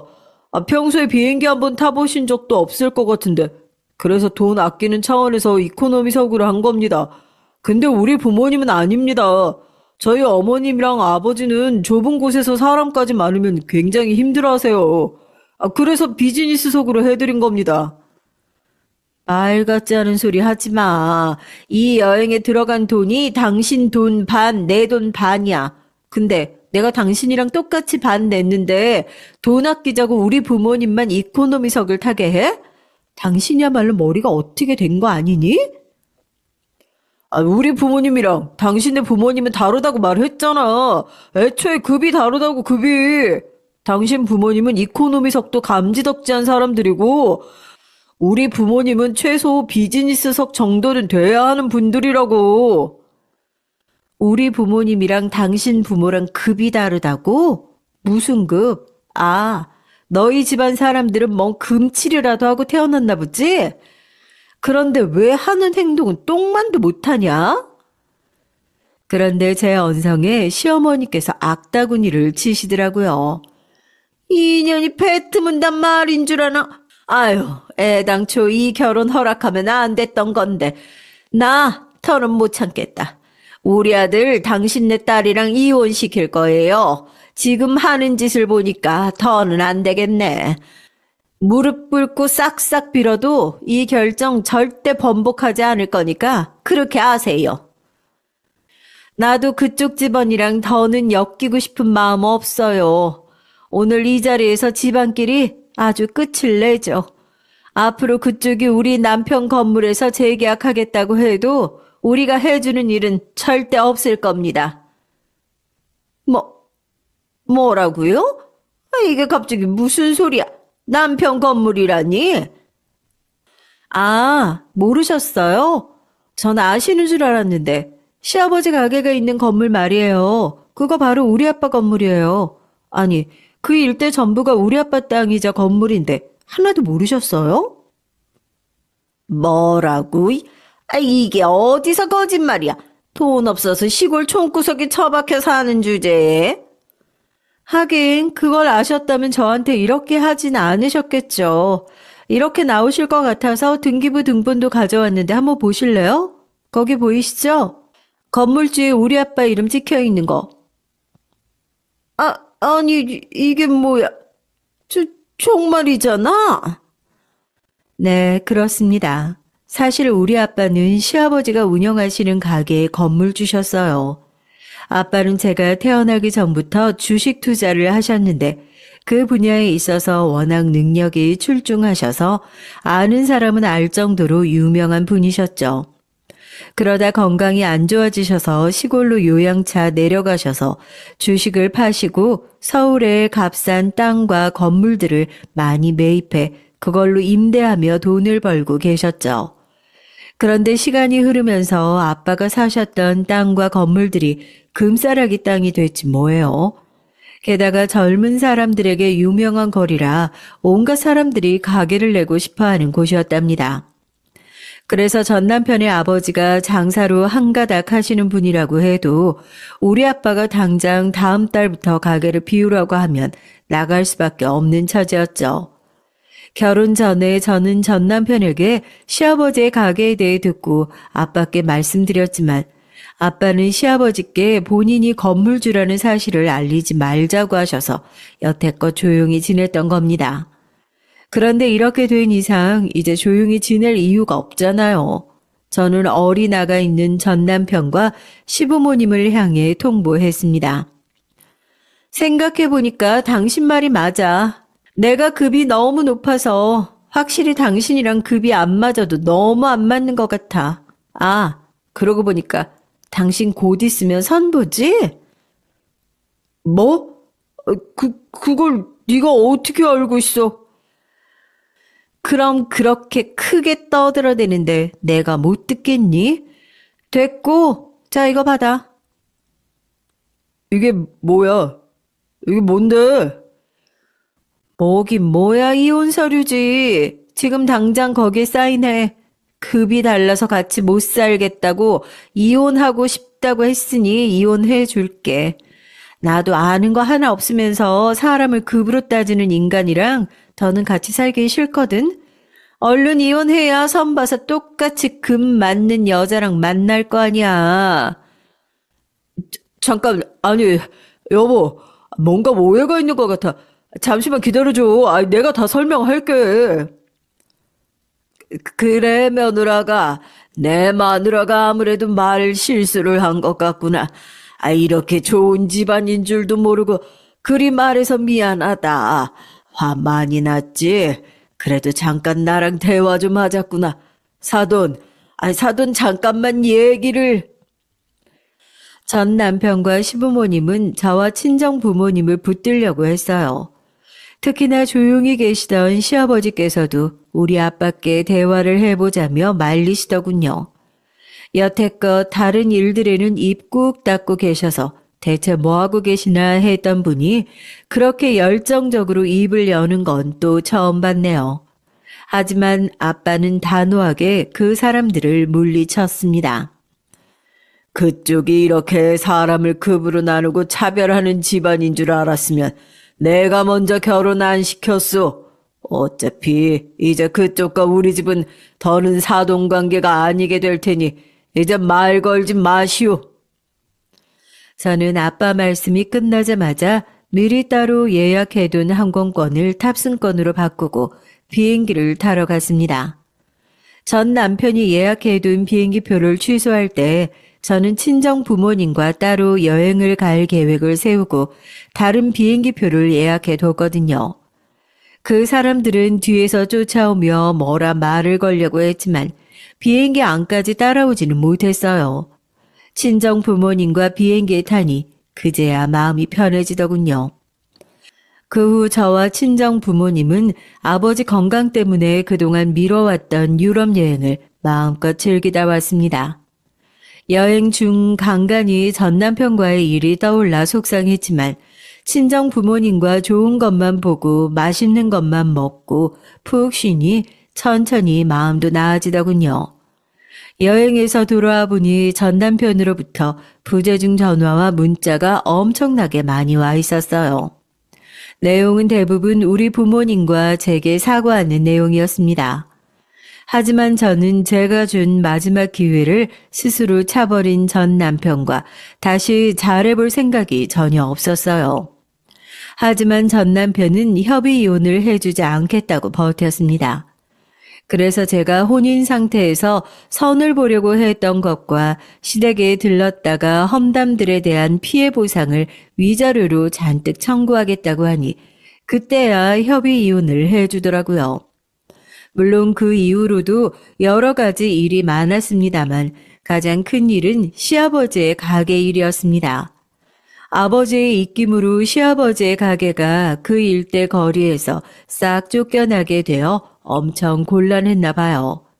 그 때문에 한동안 매일 밤은 낮으로 전 남편이 시아버지의 가게만은 어떻게 안 되겠냐고 연락을 했습니다만 저는 당연히 전 남편의 연락을 다 차단했어요.